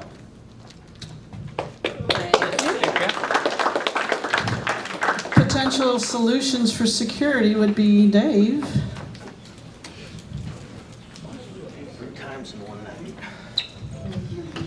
So security is the eyesore of all. What I politely want to let people know that security is an inconvenience, and it's intentional to be an inconvenience because it's an inconvenience to us and it's an inconvenience to the people that want to break in this place and cause trouble around here. So there's typically 3 technologies that support a great system in any place, and I'll take a bank as an example, which I worked for 25 years. There's gate cards to get in the building. There's security guards at the desk, and there's video everywhere in there. So it takes those 3 technologies. The video has 2 phases to it that we can use to make it even better. But what would be great in Raintree is what I've heard through the past is this thing was so protected and the security was so great when we had a physical guard in the guard shack. And I don't disagree. I used to come out here to a buddy of mine's house 20 years ago, and you couldn't get past that guy. Had a few 4-letter words for him occasionally, but he did his job. The other is the access control. There's RFID, there's license plate readers, and that only allows the people that are registered in this subdivision to get in, whether it's a lot or a home. Personally, the allowable of 10 cards, which are portable to any property owner, is a big mistake because they can hand them off, they can give them to anybody, we can get people that sell them to anybody. It's similar to what the gate codes were in past years where they used to be on high school walls and whatnot, and then the beach would get flooded, and then we got a different problem. The third thing is the security cameras. One of the companies that I've interviewed has got a proposal for 13 security cameras around the subdivision that works specifically with the sheriff's department and any law enforcement in the area, and they have a relationship with them who will take on a $500 mailbox being busted or 10 of them being busted at $5,000. So that was the problem we heard when the mailboxes got busted, that they're not going to come out here. The POA can't do anything because it's on private property, and they're not going to do something for one person that's got a mailbox knocked down. The big question was, it seemed like it was people from within inside that might have let other people in with gate cards or gate codes or however they got in here. They live here? Possibly. They do. They do? I'm sorry, I have a court date with the juvenile that took out my mailbox. Okay. Yeah, I've only heard of one court date that's... I'm tired of it. I want to know what we're doing to the people that are already in that bank or in the subdivision, who are already in here, not the ones who are coming in from the outside. They live here. And I want to know what we're doing, and I'm sorry, but I want to know what we're doing to those individuals that are already in here and causing the damage, causing the vandalism, and causing, all the theft on the docks.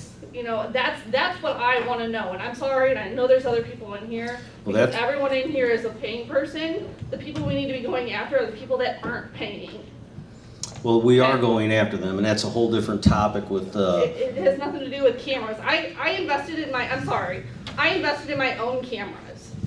And that's how I partnered with the juvenile officer, had the police in here, submitted my videotapes, and now I have a court date. And that's how, unfortunately, that's how it has to go because it's on private property. The POA can't, file a complaint against a person that has vandalism on private property. They flat out told us that at the office. And it's unfortunate, but the cameras do help because these cameras are going to be positioned at 13 strategic places in the subdivision, or would be placed, and they report back to a system that is monitored 24/7 versus something happens, we got to go back and look at a camera, we send somebody up to the office, we look for the footage, they send it out, we get a censure letter, and nothing happens with your mailbox. But we can't do nothing to get your mailbox replaced. But they're already on camera. That's the thing. We have camera footage of these individuals. Right, yeah, that works perfect for property owners. Mailbox Yeah, replaced. not my mailbox. It's more about having something in place within the neighborhood to curb that behavior. Well, that's what the physical security will do, the Exactly. roaming. So if we have footage of a particular golf cart It's pretty easy to find. I don't disagree with that, but if it's just Why can't you something do driving something about down the that? street, that's a different You can story. track that directly back to a family. Right, but we can't, if it's vandalism on a house, we can't do anything as the POA. That would be like you trying to report something on I'm not asking you to do anything through the criminal courts or anything like that. I'm asking you to do something here as a POA. off the street. Don't let them renew their golf carts.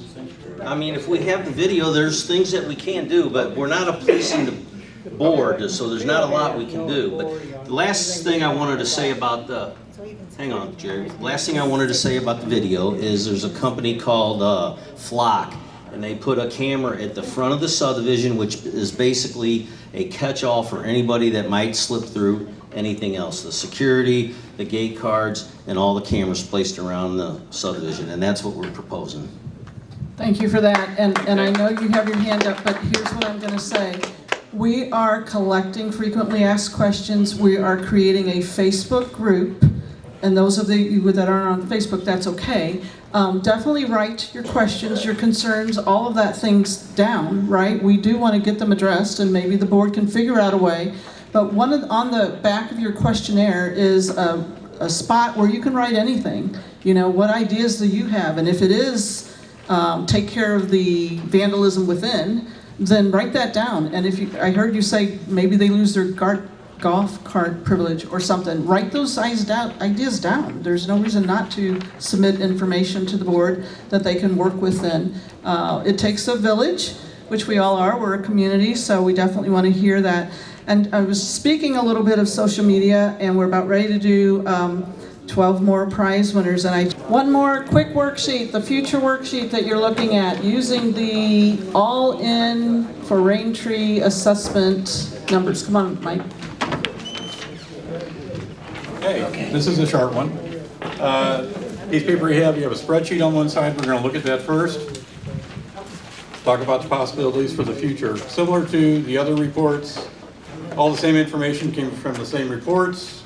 Once again, we pulled in 2023 end-of-year profit and loss reports to fill in the gaps, because we're looking at the future. We have to have numbers in to play with. Notice that the payments are monthly now, but you have the option to make a single full payment in advance. Starting looking at income, we have $2,296,800 in assessments billed. In other income, we have once again pulled in the same amount from 2023, giving us a total of $2,588,178. For expenses, we plugged in 2023 numbers, no change from the previous sheets. And finally, we get to income minus expenses equals almost $2 million in 1 year. This gives us the ability to make serious road improvements, clean up the lakes, improve security. All of these fixes will not occur overnight, but they will happen. Finally, notice the disclaimer, similar to before. This assumes 100% of the assessments are collected and that there are no increases in expenses from 2023. That's unlikely. There are 3 QR codes at the bottom of the page. The first takes you to lake communities at a glance. This is the big spreadsheet that we had at the previous town hall, comparing Braintree with other lake and golf communities in the area, showing what they pay, how big they are, what kind of amenities they have. The second code takes you to an article on the web that talks about HOA fees across the country. And they do point out that Missouri has some of the highest in the country. But what they quote as Missouri's rates is much above ours, even much more above what we're looking for now. The third QR code takes you to the new Braintree Facebook group that Linda spoke of. You can join, ask questions, get more information as it becomes available. Look forward to seeing you out there. That won't go live until Sunday. Won't go live until Sunday. And in order to join it, you will be asked questions, what's your section number, lot number, street address, because this is for owners only, homeowners, lot owners. This is not anyone else. It's just for us to continue to talk about this assessment, for you to submit questions, but of course you can submit them anyway. It's just one avenue that we can continue talking about this. And if you flip the paper over, you can read the basics of the all-in ballot item. And we've also included a few FAQs, frequently asked questions, just to get started. That's all I have. Thank you. Is that my turn now? We're gonna be here a while. No, we're not.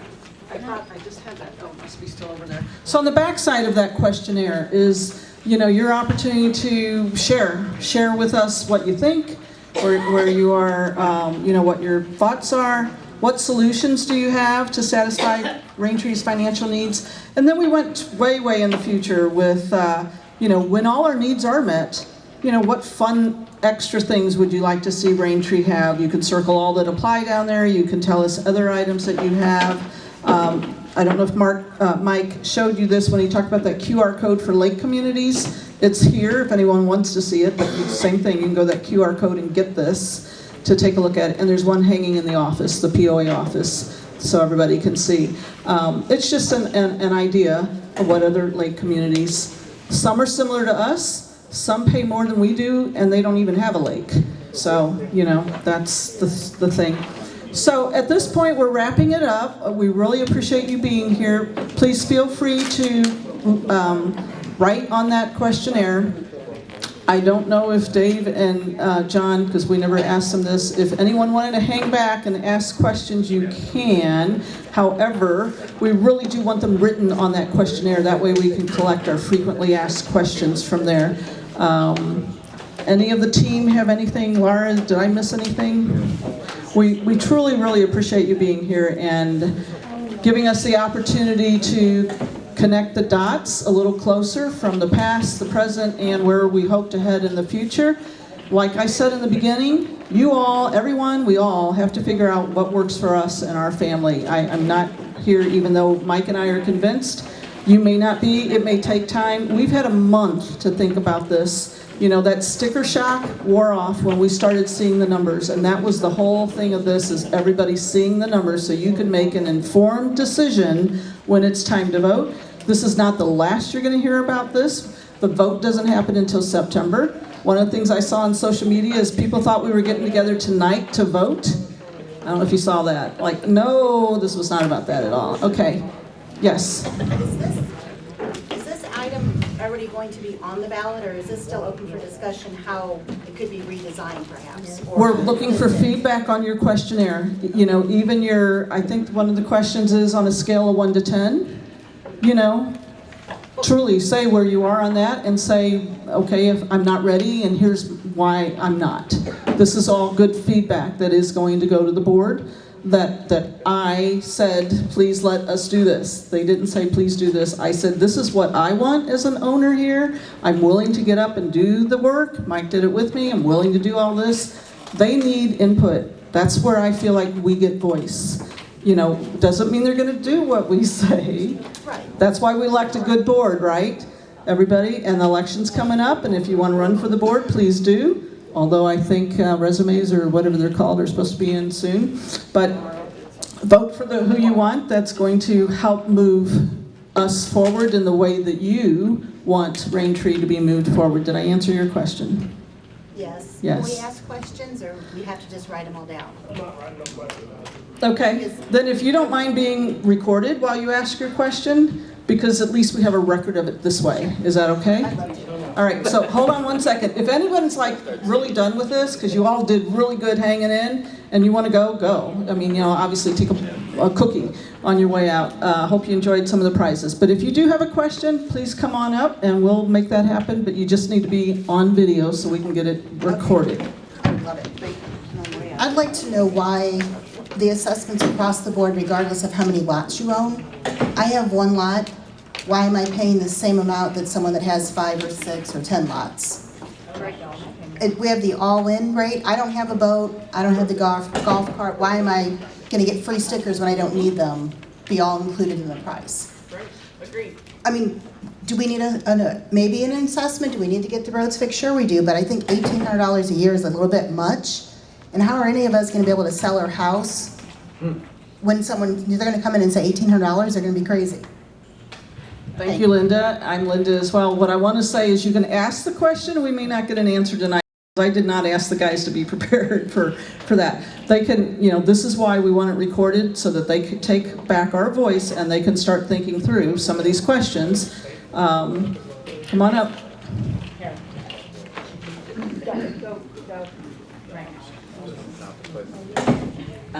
I absolutely agree that we need this increase, but I just think being a community that we are, we have many, many different socioeconomic classes here. We've got our retired that live on a fixed income. We got people that live paycheck to paycheck.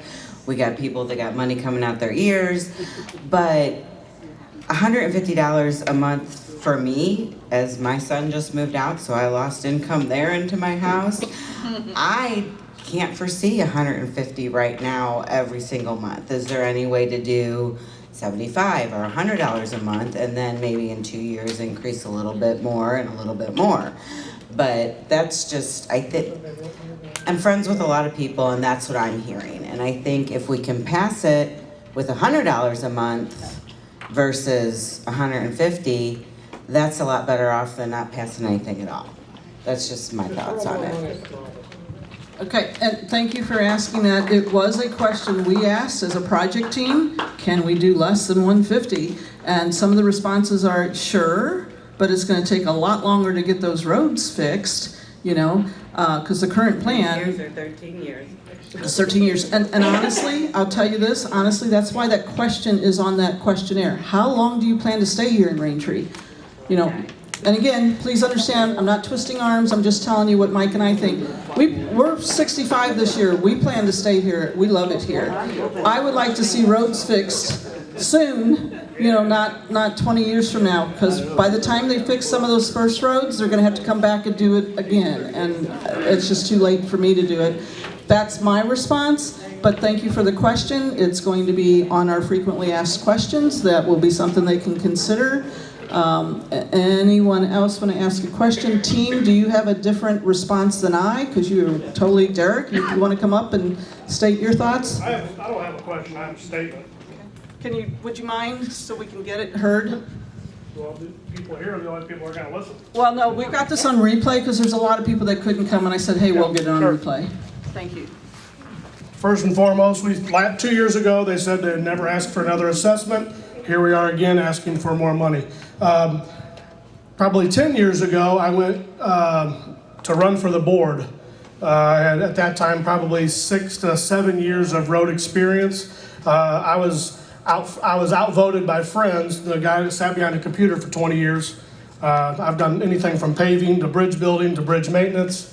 To grass cutting, tree trimming, you name it, I've done it with roads and road repair and building of roads and bridges. They went with the computer guy over the guy that had the experience doing that. So with voting coming, don't pick the guy that's your friend, pick the guy that's in the business that knows what he's doing. Yep. That's some of the problem here today is you guys vote for your buddies. And I say you guys because we're all together, but you vote for the people that may or may not show up, and I understand that, but vote for people that have, the know-how to know what we're doing. To touch on the roads as far as that, I've talked with him quite a bit with the roads, John. The fact is, it's a scare tactic. Guys, it's not gonna cost $12 million if we do the maintenance correctly with the maintenance crew we have. If they go through and pick on some of the small spots or the big spots, it doesn't matter. The guys that are getting paid to take out the trash 17 times in one day, if they saw cut the road, maintain the road, let people drive the gravel in, and you patch the road here and there. Now, I don't want a checkered board road either. But the fact of the matter is there's no municipality in the United States has a guy come in and say, 36 miles of road, you pull it up and you redo it. Nobody's ever done it, they won't do it. Look at the city of St. Louis. They have worse roads than we do, and that's not gonna happen. So it's not feasible for a company to come in here and say $12 million and we'll fix it, because they have no idea what it's gonna cost. Asphalt's doubled in the last 2 years. So that means it doubled 2 years ago and it doubled again this year. Concrete's $180 a yard on the weekends, $160 during the week. We blew a whole bunch of money on concrete down there. I would hold West. His name's Mr. Zephyr is his name. Justin is his first name. We didn't hold him accountable for it failing. We just said, well, we can't do nothing about it, failed. You do a core They would so the concrete company or West Contracting, let them fight it out, and they'd come out here and replace it. They'd figure out whose fault it was, and they'd replace it. But we don't do that. The other thing that we don't know about is Nova Chip. Nova Chip is put down at about an inch, inch and a half, 2 inches. It depends. What Nova Chip is, nobody knows here. I don't expect you to know that. Usually you put asphalt down anywhere from 2 to 4 inches. It just depends. There's a wedge course that goes first, then asphalt. Nobody here knows that. That's somewhat of a problem. Again, make sure you vote for the guy that knows a little bit about the roads before you put Mr. McIntosh in charge of the roads. So, I guess my thing is with the maintenance crew, and I don't know any of those guys, and it's not personal, but I've never seen them saw cut a road and maintain a pothole or any of those things. So maybe ask those guys that are on payroll to do a small piece of this road and a small piece of this road and get it ready to go. So when we do have the money to pave it, versus fearing people into saying, pay now or your roads will fall apart. I mean, I drove all these roads. The fact is, our roads there's some places that are bad, but in all, our roads are still in, pretty decent shape. If I'm the guy that's driving around telling these guys with all these $1 million homes, oh yeah, I'd redo it all. Well, of course, if I'm a businessman, I'm telling you to do it all. Put sidewalks in and streetlights and everything else. So we got to find a happy medium, in my opinion, and put people in charge or ask people that do it for a living, a little bit more questions instead of just diving in and saying, well, if we don't do this, we do this. So I can go on for days. I'm not going to, my wife, what? You asked me? The road committee is filled by volunteers. Yeah. Well, like I said before, when I ran for the board, Mr. McIntosh, the guy behind the computer for 25 years, and his buddies, they voted him in. I got all my friends to vote for me, but at that point, that wasn't good enough. So, but there's a committee, there's a road committee. not interested in it. I could give you guys my opinions. I talked a little bit with them, but time is money, so there you go. Dennis Alexander, thank you so much. It's great to hear someone with knowledge and experience share with the rest of us. I would like to address a couple. Okay, so if cicadas can stop buzzing for a moment, Dave's got a comment.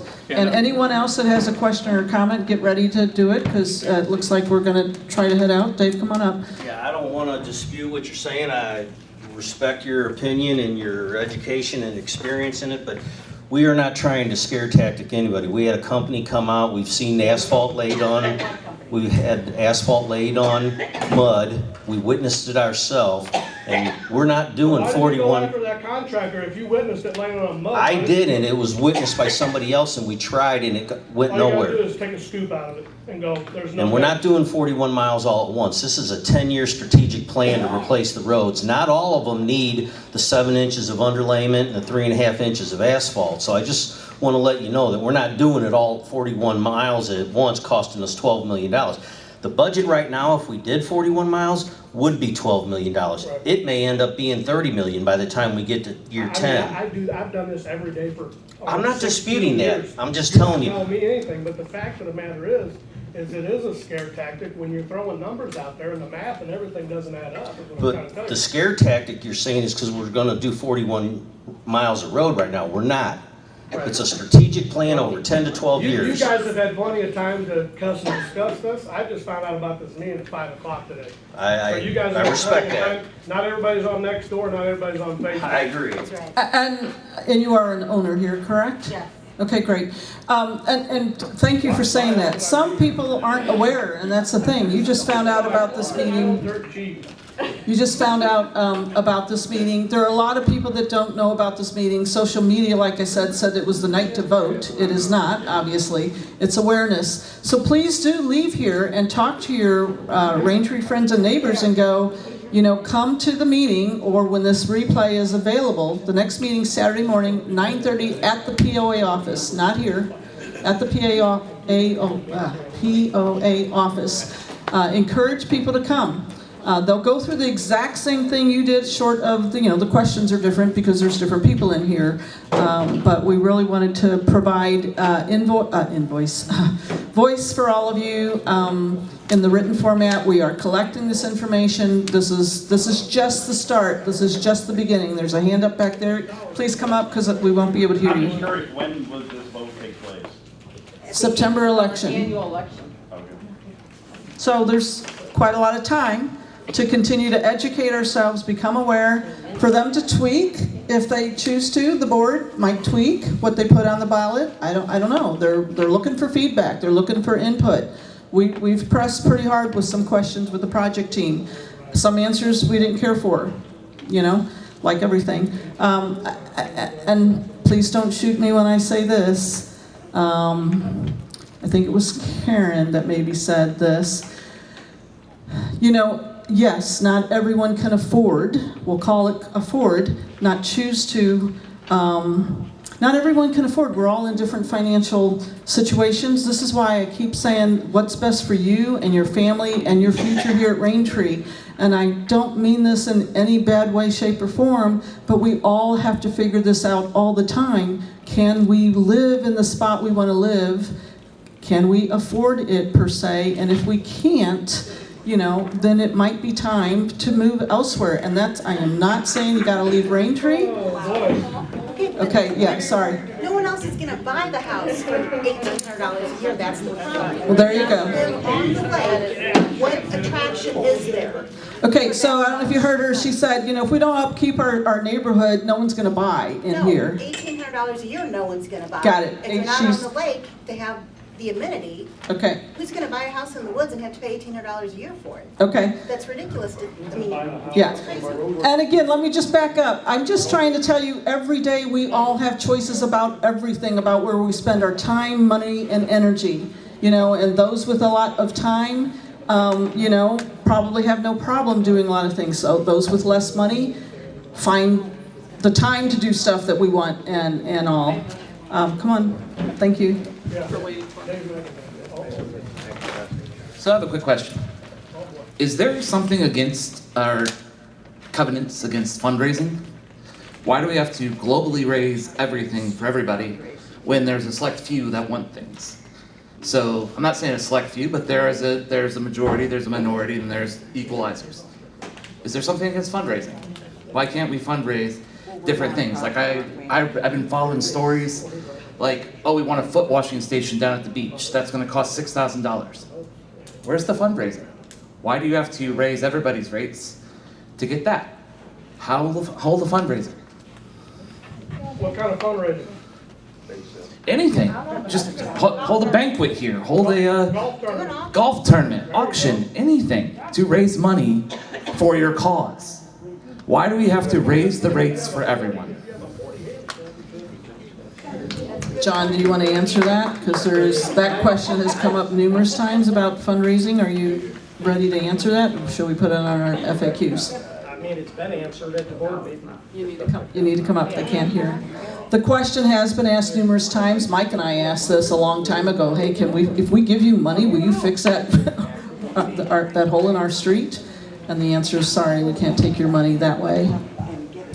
So the POA files a tax return called 1120H. The requirement of that to be tax exempt is that 60% of our revenues have to come from assessments. Today we're at 72%. It leaves you maybe $70,000 a year. It's not going to fix these problems that we have here on it. You know what? Could it fix some little things here and there? Yep, it's not going to fix a road. You can't bring that much money in through a fundraiser. The other thing is, I'll just share this. We pulled teeth to get somebody to volunteer to do the garage sale. She volunteered, did a terrific job. Who's going to do a fundraiser and do the work behind it that's going to bring in this kind of money to do this stuff? So we do have some limits of what we can bring in. Certainly if the assessment goes up, that span goes up. I can But- answer some of this. I can answer a little bit. We do have a group, a committee of realtors that has just recently got together, and we all have full-time jobs, so we've all been really busy. But we're meeting next week. We did some work on the big spreadsheet that compared all the communities. Our next step is to talk about doing some fundraisers.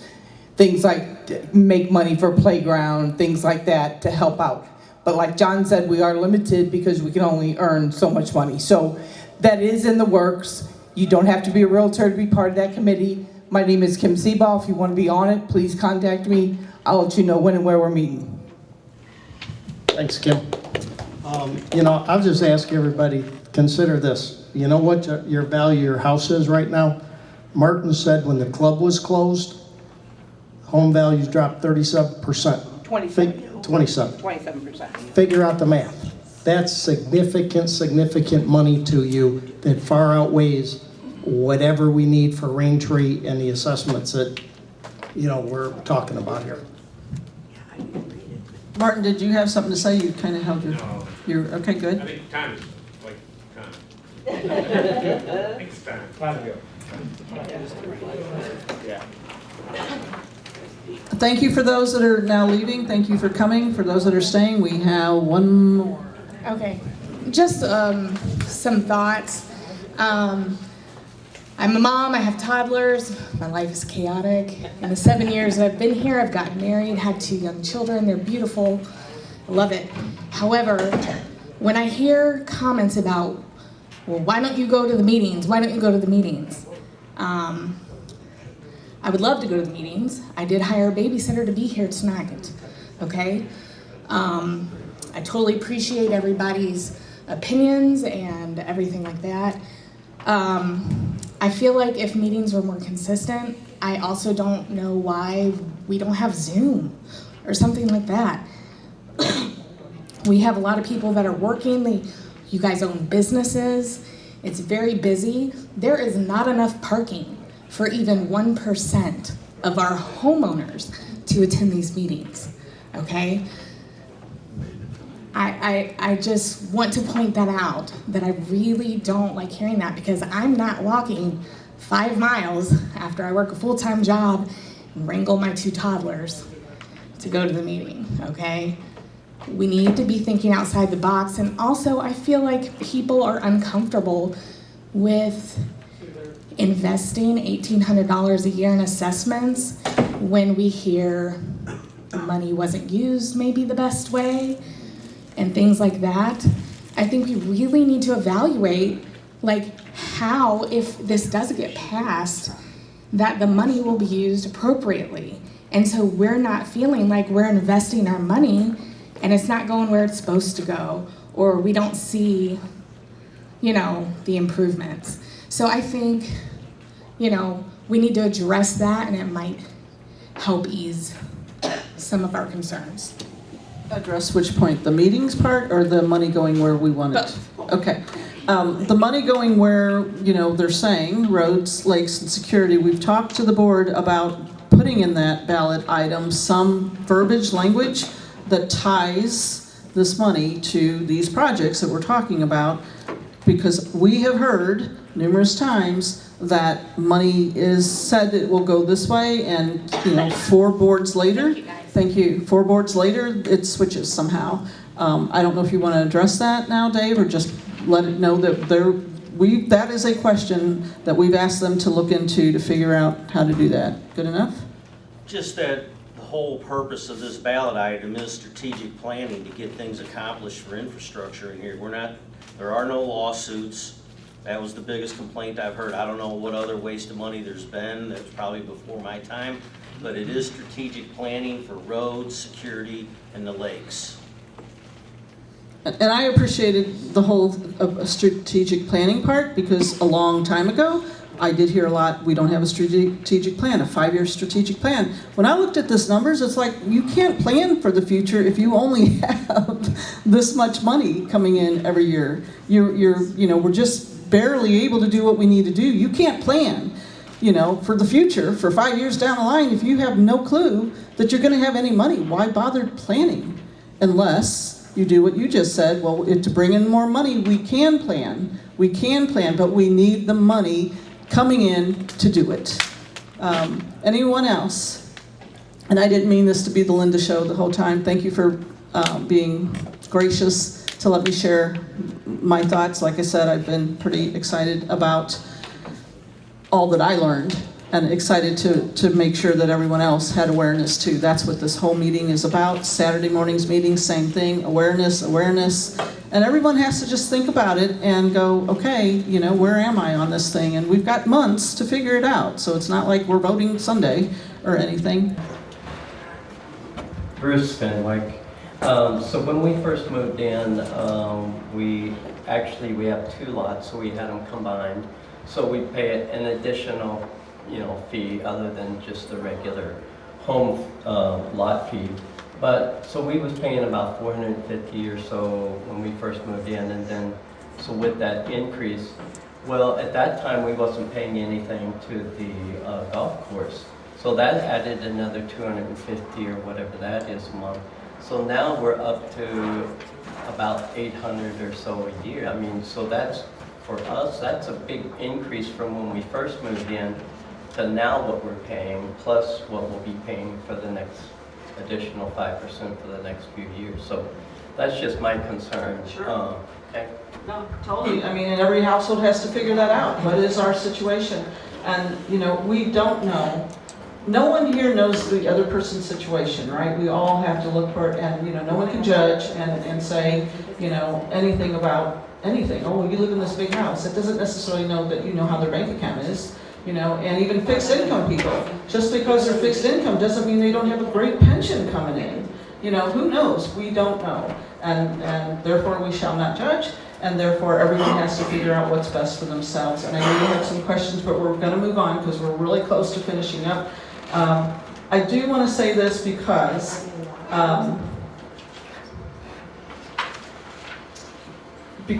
I didn't say it well on Wednesday night. And so in light of transparency, I want you to know what I said Wednesday night, because if you hear about it, you'll go, what? She said that? So let me say this. This is the better way of what I should have said Wednesday night. We appreciate that this increase will not work for everyone, and although we don't want to lose anyone, this might not be the subdivision for everyone. As in all areas of life, no matter where we live, we all must do what's best for ourselves and our families. So whether you live at Braintree, whether you live south St. Louis, whether you live in Arnold, Imperial, it does not matter. Hawaii, no matter where you live, right? We all have to figure out, does this still work for us? What our needs and all. So here's what I said the other night. As delicate as I tried to introduce it, it still hit some nerves. And the word I said was, you may have to move. Everybody moan. I'm laughing because I'm sorry. I'm sorry because you told us all to mind our budget, and I feel like I'm sitting in school being scolded. I'm 63 years old, okay? Our home was built in '87, okay? So guess what? There's a lot of upkeep that needs to be done now. It's a 27-year-old home, okay? You're telling people who have been here for over 30 years, well, guess what? You have to move. Where are we gonna go, Linda? Where are we gonna go? Because guess what? Our house isn't gonna sell because of the situation that it's in. So you're telling us to move? Excuse me? I'm sorry, I think that's an insult. Thank you for sharing that, Kathy, and I apologize if I hit that nerve, obviously. No, what I'm trying to communicate is we all have choice. We do all have choice. No, we don't. Okay. No, we don't. Again, I apologize if that hit that nerve, and that's what happened a little bit the other night, not quite so much. But we all have choice, we all have to figure it out. And you hit something on the head, if we have to move, what is the value of our home? If people are like, your roads are trash, I'm not gonna buy it. Kim, realtor, she was on our project team. I said, what do people say? And if those of you that were at the April town hall, do you remember when the realtors presented that chart, whatever the communities, and we asked her, when you show homes here, what do people say? What's the feedback, the good and the bad? And she recently did say that she's having difficulty selling one of the homes on the lake because of the codes. She said all the feedback she got was, I love the house, I love the lake, that's a problem. I cannot get my boat out of the code. Why would I buy? Why would I invest in that? I don't know if she hit home on roads a lot, but they all, well, Martin did for sure. roads are important. It's the first thing that we all see. So whether we want to stay here or leave, it's the value of our homes and our collective home here. And Kathy, thank you for bringing that up. It's a delicate, tough thing. And please hear me now when I say, I don't want anyone to leave the home that you love. I am not telling you to do that. All I'm saying is we each have to decide for ourselves. This increase might work for you, it may not. If it's not, please provide feedback and input, okay? This is using the movie, like I did The Sixth Sense. The sequel is yet to come. We're going to go into the future here, but we're not going to give you all the information because honestly, the script is still being written. They've written some things up, they're testing it, they're figuring it out, they're getting it to the lawyer. It's not a done deal yet. And I'm not telling you they won't come out with the same numbers that we're seeing today. I'm telling you that they want input. Can we ask for that? Please, yes, that's the questionnaire. That's the questionnaire. So if you're like, no way, no how, say that. You know, if you're, one of the questions on the back of that we asked you to wait until the full presentation is, okay, so what solutions might you have? You know, we're collectively love it here, so what's something else that we can think of? I don't know, provide feedback and input. Okay, that should be enough of me. My name is Carol McBride and I live in Waterford. And my question would be, do we have strategic planning now when we do have this increase if it passes? Am I correct to assume it has to pass? It's not the budget, or is it him? We vote on it. We vote on it. Okay, that's my question. And then can we define this to a purpose budget so that we can see that our money is being used as to what you're showing us now? Because once they raise this, I never see that it's ever going to go down. So we have to accept that this is a forever thing. And I wanted to know too, what percentage do we feel needs to be kept in an urgent balance so that we can see that we're not overpaying, because it's like paying, you know, having taxes withheld. If you're getting money back, you're overpaying. So I just would like to see a lot more accounting activity. I am a numbers person, so I can't see it being done right now. Right. Thank you. You can't see what being done right now, the accounting is being... I don't see how the accounting is adding up to me. Yeah. Okay, cool. So I think one of your questions was, is there a way to know that the monies that will go in will be set for roads, lakes, and security, right? Right. And we have talked to the board because we know that's everybody's thing. How do we know? How do we know it's going to go for these things? And they're trying to come up with the language and the verbiage to put it in the ballot item that will direct the upcoming future boards that this is what was voted on and this is what it's for. But they also have to be delicate enough to not allow the future board, who we all elect, to make decisions for us, to not be able to do something that's in dire need. Don't handcuff. They use the word don't handcuff. You can't handcuff the future boards. And one thing that I can relate to is, and I know it's in the past, but I'm going to reference it for a moment, our covenants, that 4C was what the developer said, that country club, everyone needs to pay, they handcuffed the whole future of Raintree. And that's what they don't want to do. They don't want that something in the future needs to be changed for some reason, because we know what it feels like to not have a choice because it was, put in the covenant by the developers that, if I remember the covenant correctly, cannot be changed unless the owner of the country club changes it, right? Yeah. So anyway, that's what I know that they're going to do, is they're trying to come up with verbiage, and definitely thank you for all of your questions, and I think we answered everything that we have knowledge of. Okay?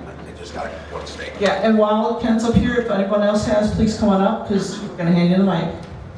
Okay, to answer the one, I think it was one lady that was sitting over here.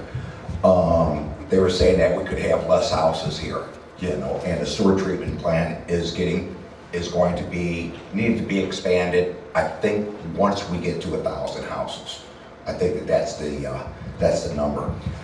But I believe, and Linda's gonna verify this, okay, that with this assessment increase, if it did happen, people would be allowed to buy other lots, not having them connect to their property, and then still get a discount.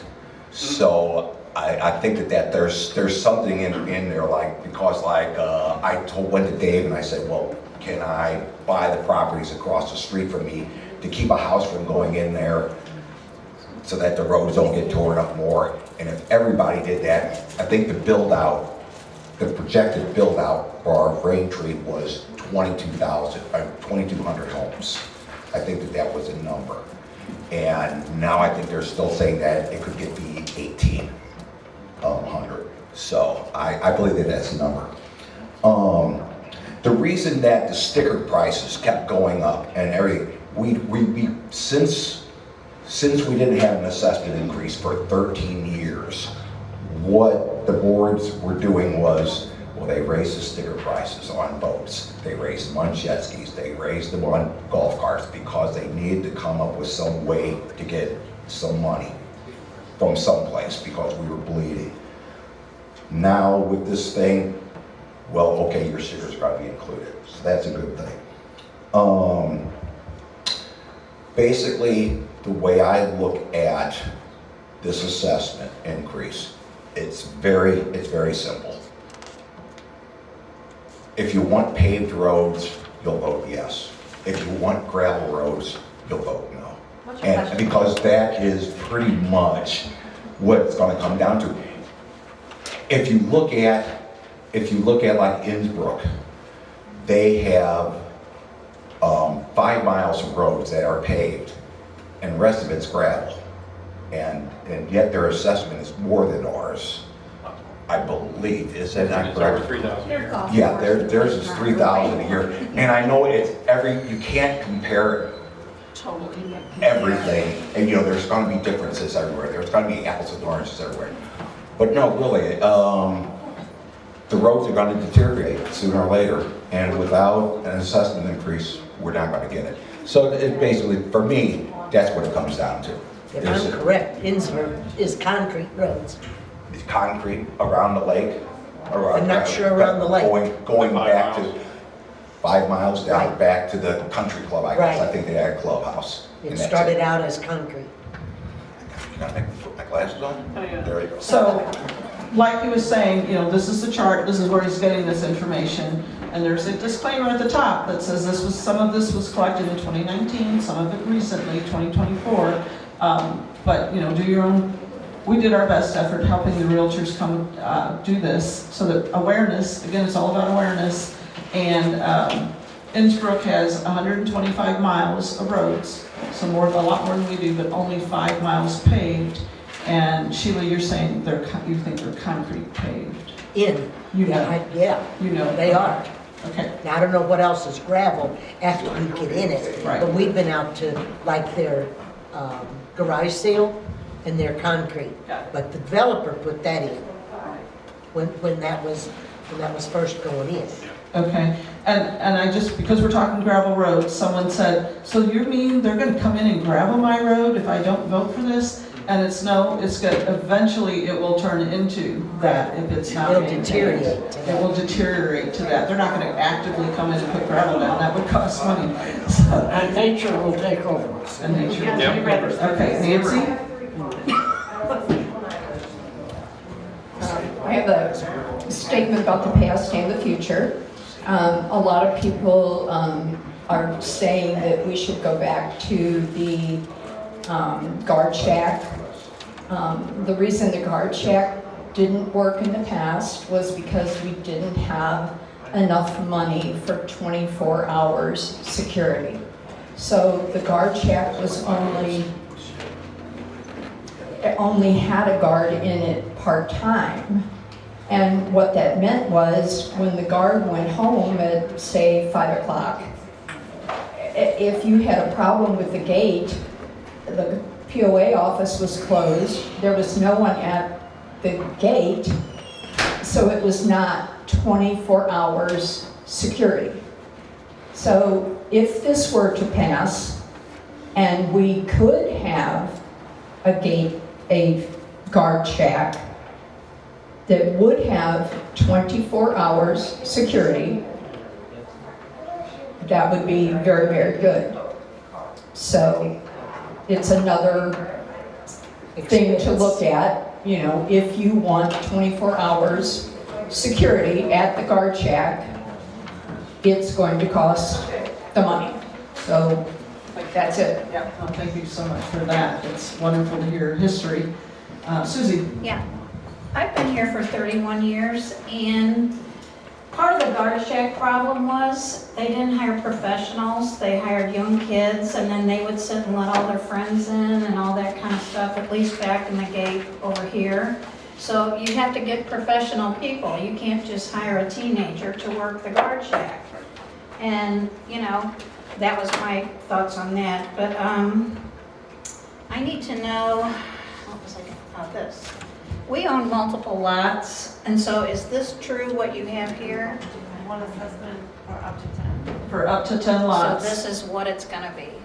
That's the That's the way it's proposed. currently written. Okay. Currently written That may as- still tweak, like, Yeah. Oh, they may tweak. Well, Okay. you know, this is the. See, that's what I don't want to hear. I want to know facts. No. You will know by the time Okay. it's voting. You will Okay. vote on a solid. Okay. It's just between here and I think July or August is when they have to Okay. put out the ballot All right. items. Got And it. so they're still in the, give us information, tell us, because we need this, we need something to pass. Yes, you do. You know, because we haven't Yes. had anything. so if you have input, put it on Yeah, your sheet, turn it input, or in. come here and tell us here, or for sure on that. Nikki? So my thing goes back to the mistrust of boards in the past, this boards in the past. So is it either $1,800 a year or nothing? Can we do something more in the middle, and then they can gain the trust, show us what they're doing with the money? Because then me, myself, I'd be like, oh, there's no mismanagement, they're doing what they allotted for, and then they would be more apt, I think, to get another increase. Because this is a big ask. When you have trust issues, it's a big ask, but I think this is a chance for them to prove it. Like, oh, they did do what they say, let's move forward on more stuff, or higher increase. I heard Dave say something about it's gonna be tough to say, we'll do this for this, and then realize it's not enough, and then say. That's right. Because I heard it in the room today, I thought, maybe it was Wednesday, someone said, no, you told us last time that's all we would need for a while, and here we are not even through the 5 years, right? That's the concern, that if this passes for a little bit, and they go, it wasn't enough, folks, we still, whatever, then they're gonna come back, and you're all gonna go, we just voted on that 3 years ago, no, you know. Anyway, that's my understanding of Dave's thinking about not just starting a little, you know, this. You're right. Sheila McClafferty, we've been owners out here 34 years. But Judy, I talk loud enough for anybody to hear me. But Judy are friends of ours, and we all bought at the same time. They came out for a home. This one says to me, oh, we're gonna build out here. And I said, I've got a job where I have to be there. And I'm not driving winters from here to North St. Louis every day. So we'll come out and enjoy it at their house, which we do. But we put up for, the board has put on the ballot, I can't tell you how many years we voted, an increase. And then they started with last year when this passed, or the year before, when this passed, that it was, you pay this amount and then it increases here, and it's a cost of living, which was probably the wisest thing that they did. But if you vote on something and then next year they say it's not enough, that'll never work. Well, a lot of us on fixed incomes know that it won't. And the lady that was sitting here that needed it because her home is so much older, and if she sold it and needed it, the cost of homes now is more than it was when she bought. So we are better off staying where we are rather than looking at most anything else to go to. I mean, we could triple our house now, but it's what you're gonna have to buy. It's triple at that rate.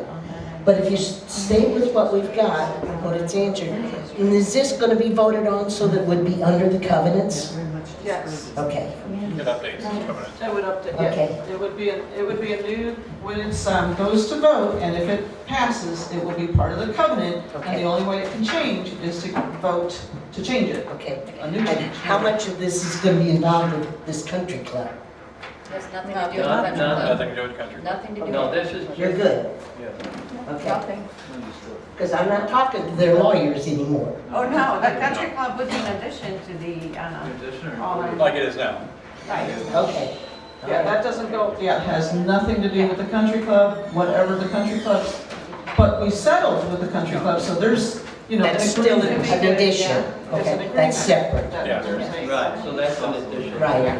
It's totally separate. In other words, they're not gonna get my house. Because I told him if he stepped in my house, he had lots of trouble coming. All right, who's next? Oh, Keith.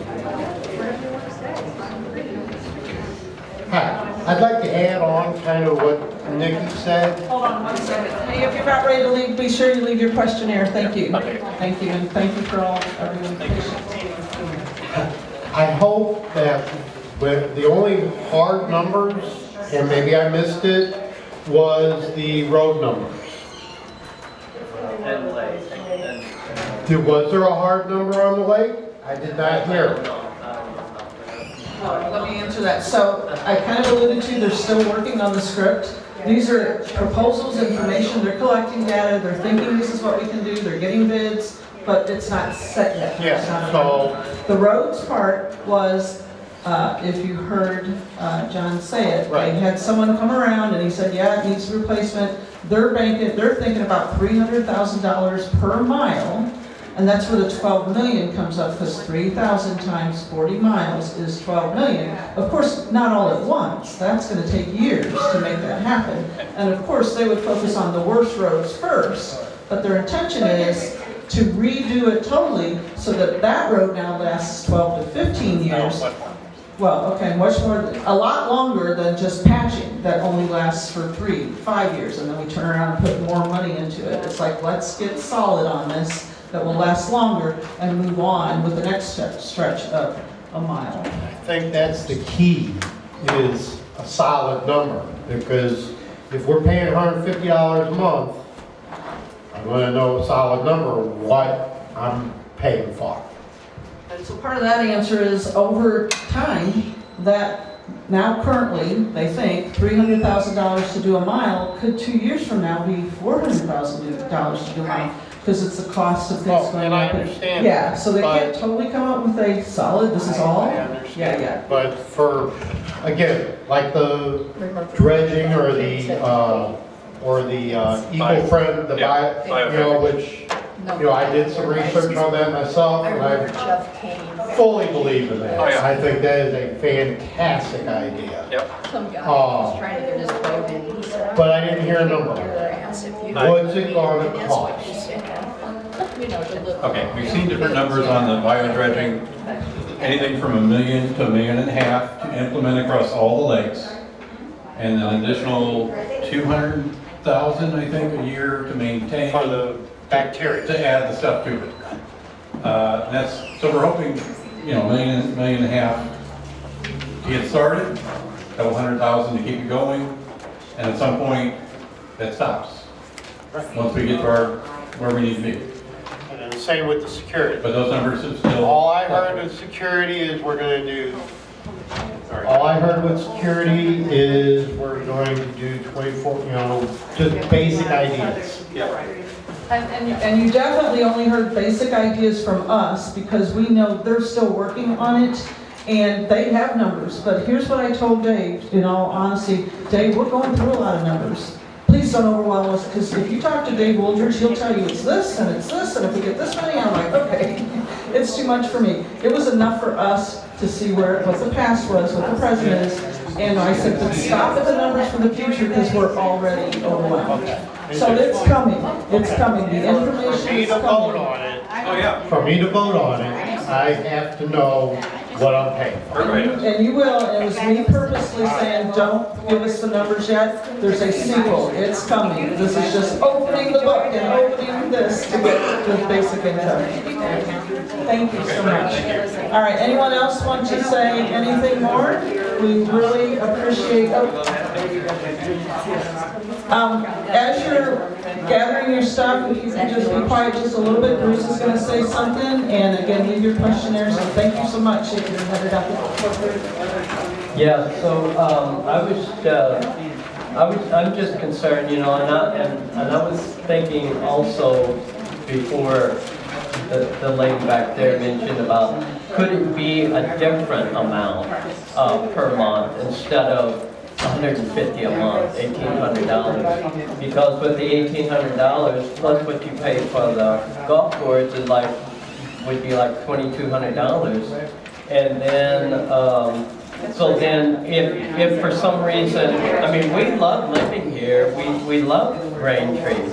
But if it gets to a point where we can't seem like that we can afford to do this anymore, then we have to reveal how much the assessments are going to be for the next owner. That might deter them from wanting to buy it also. So anyway, thank you. Thank you for listening. Thank you.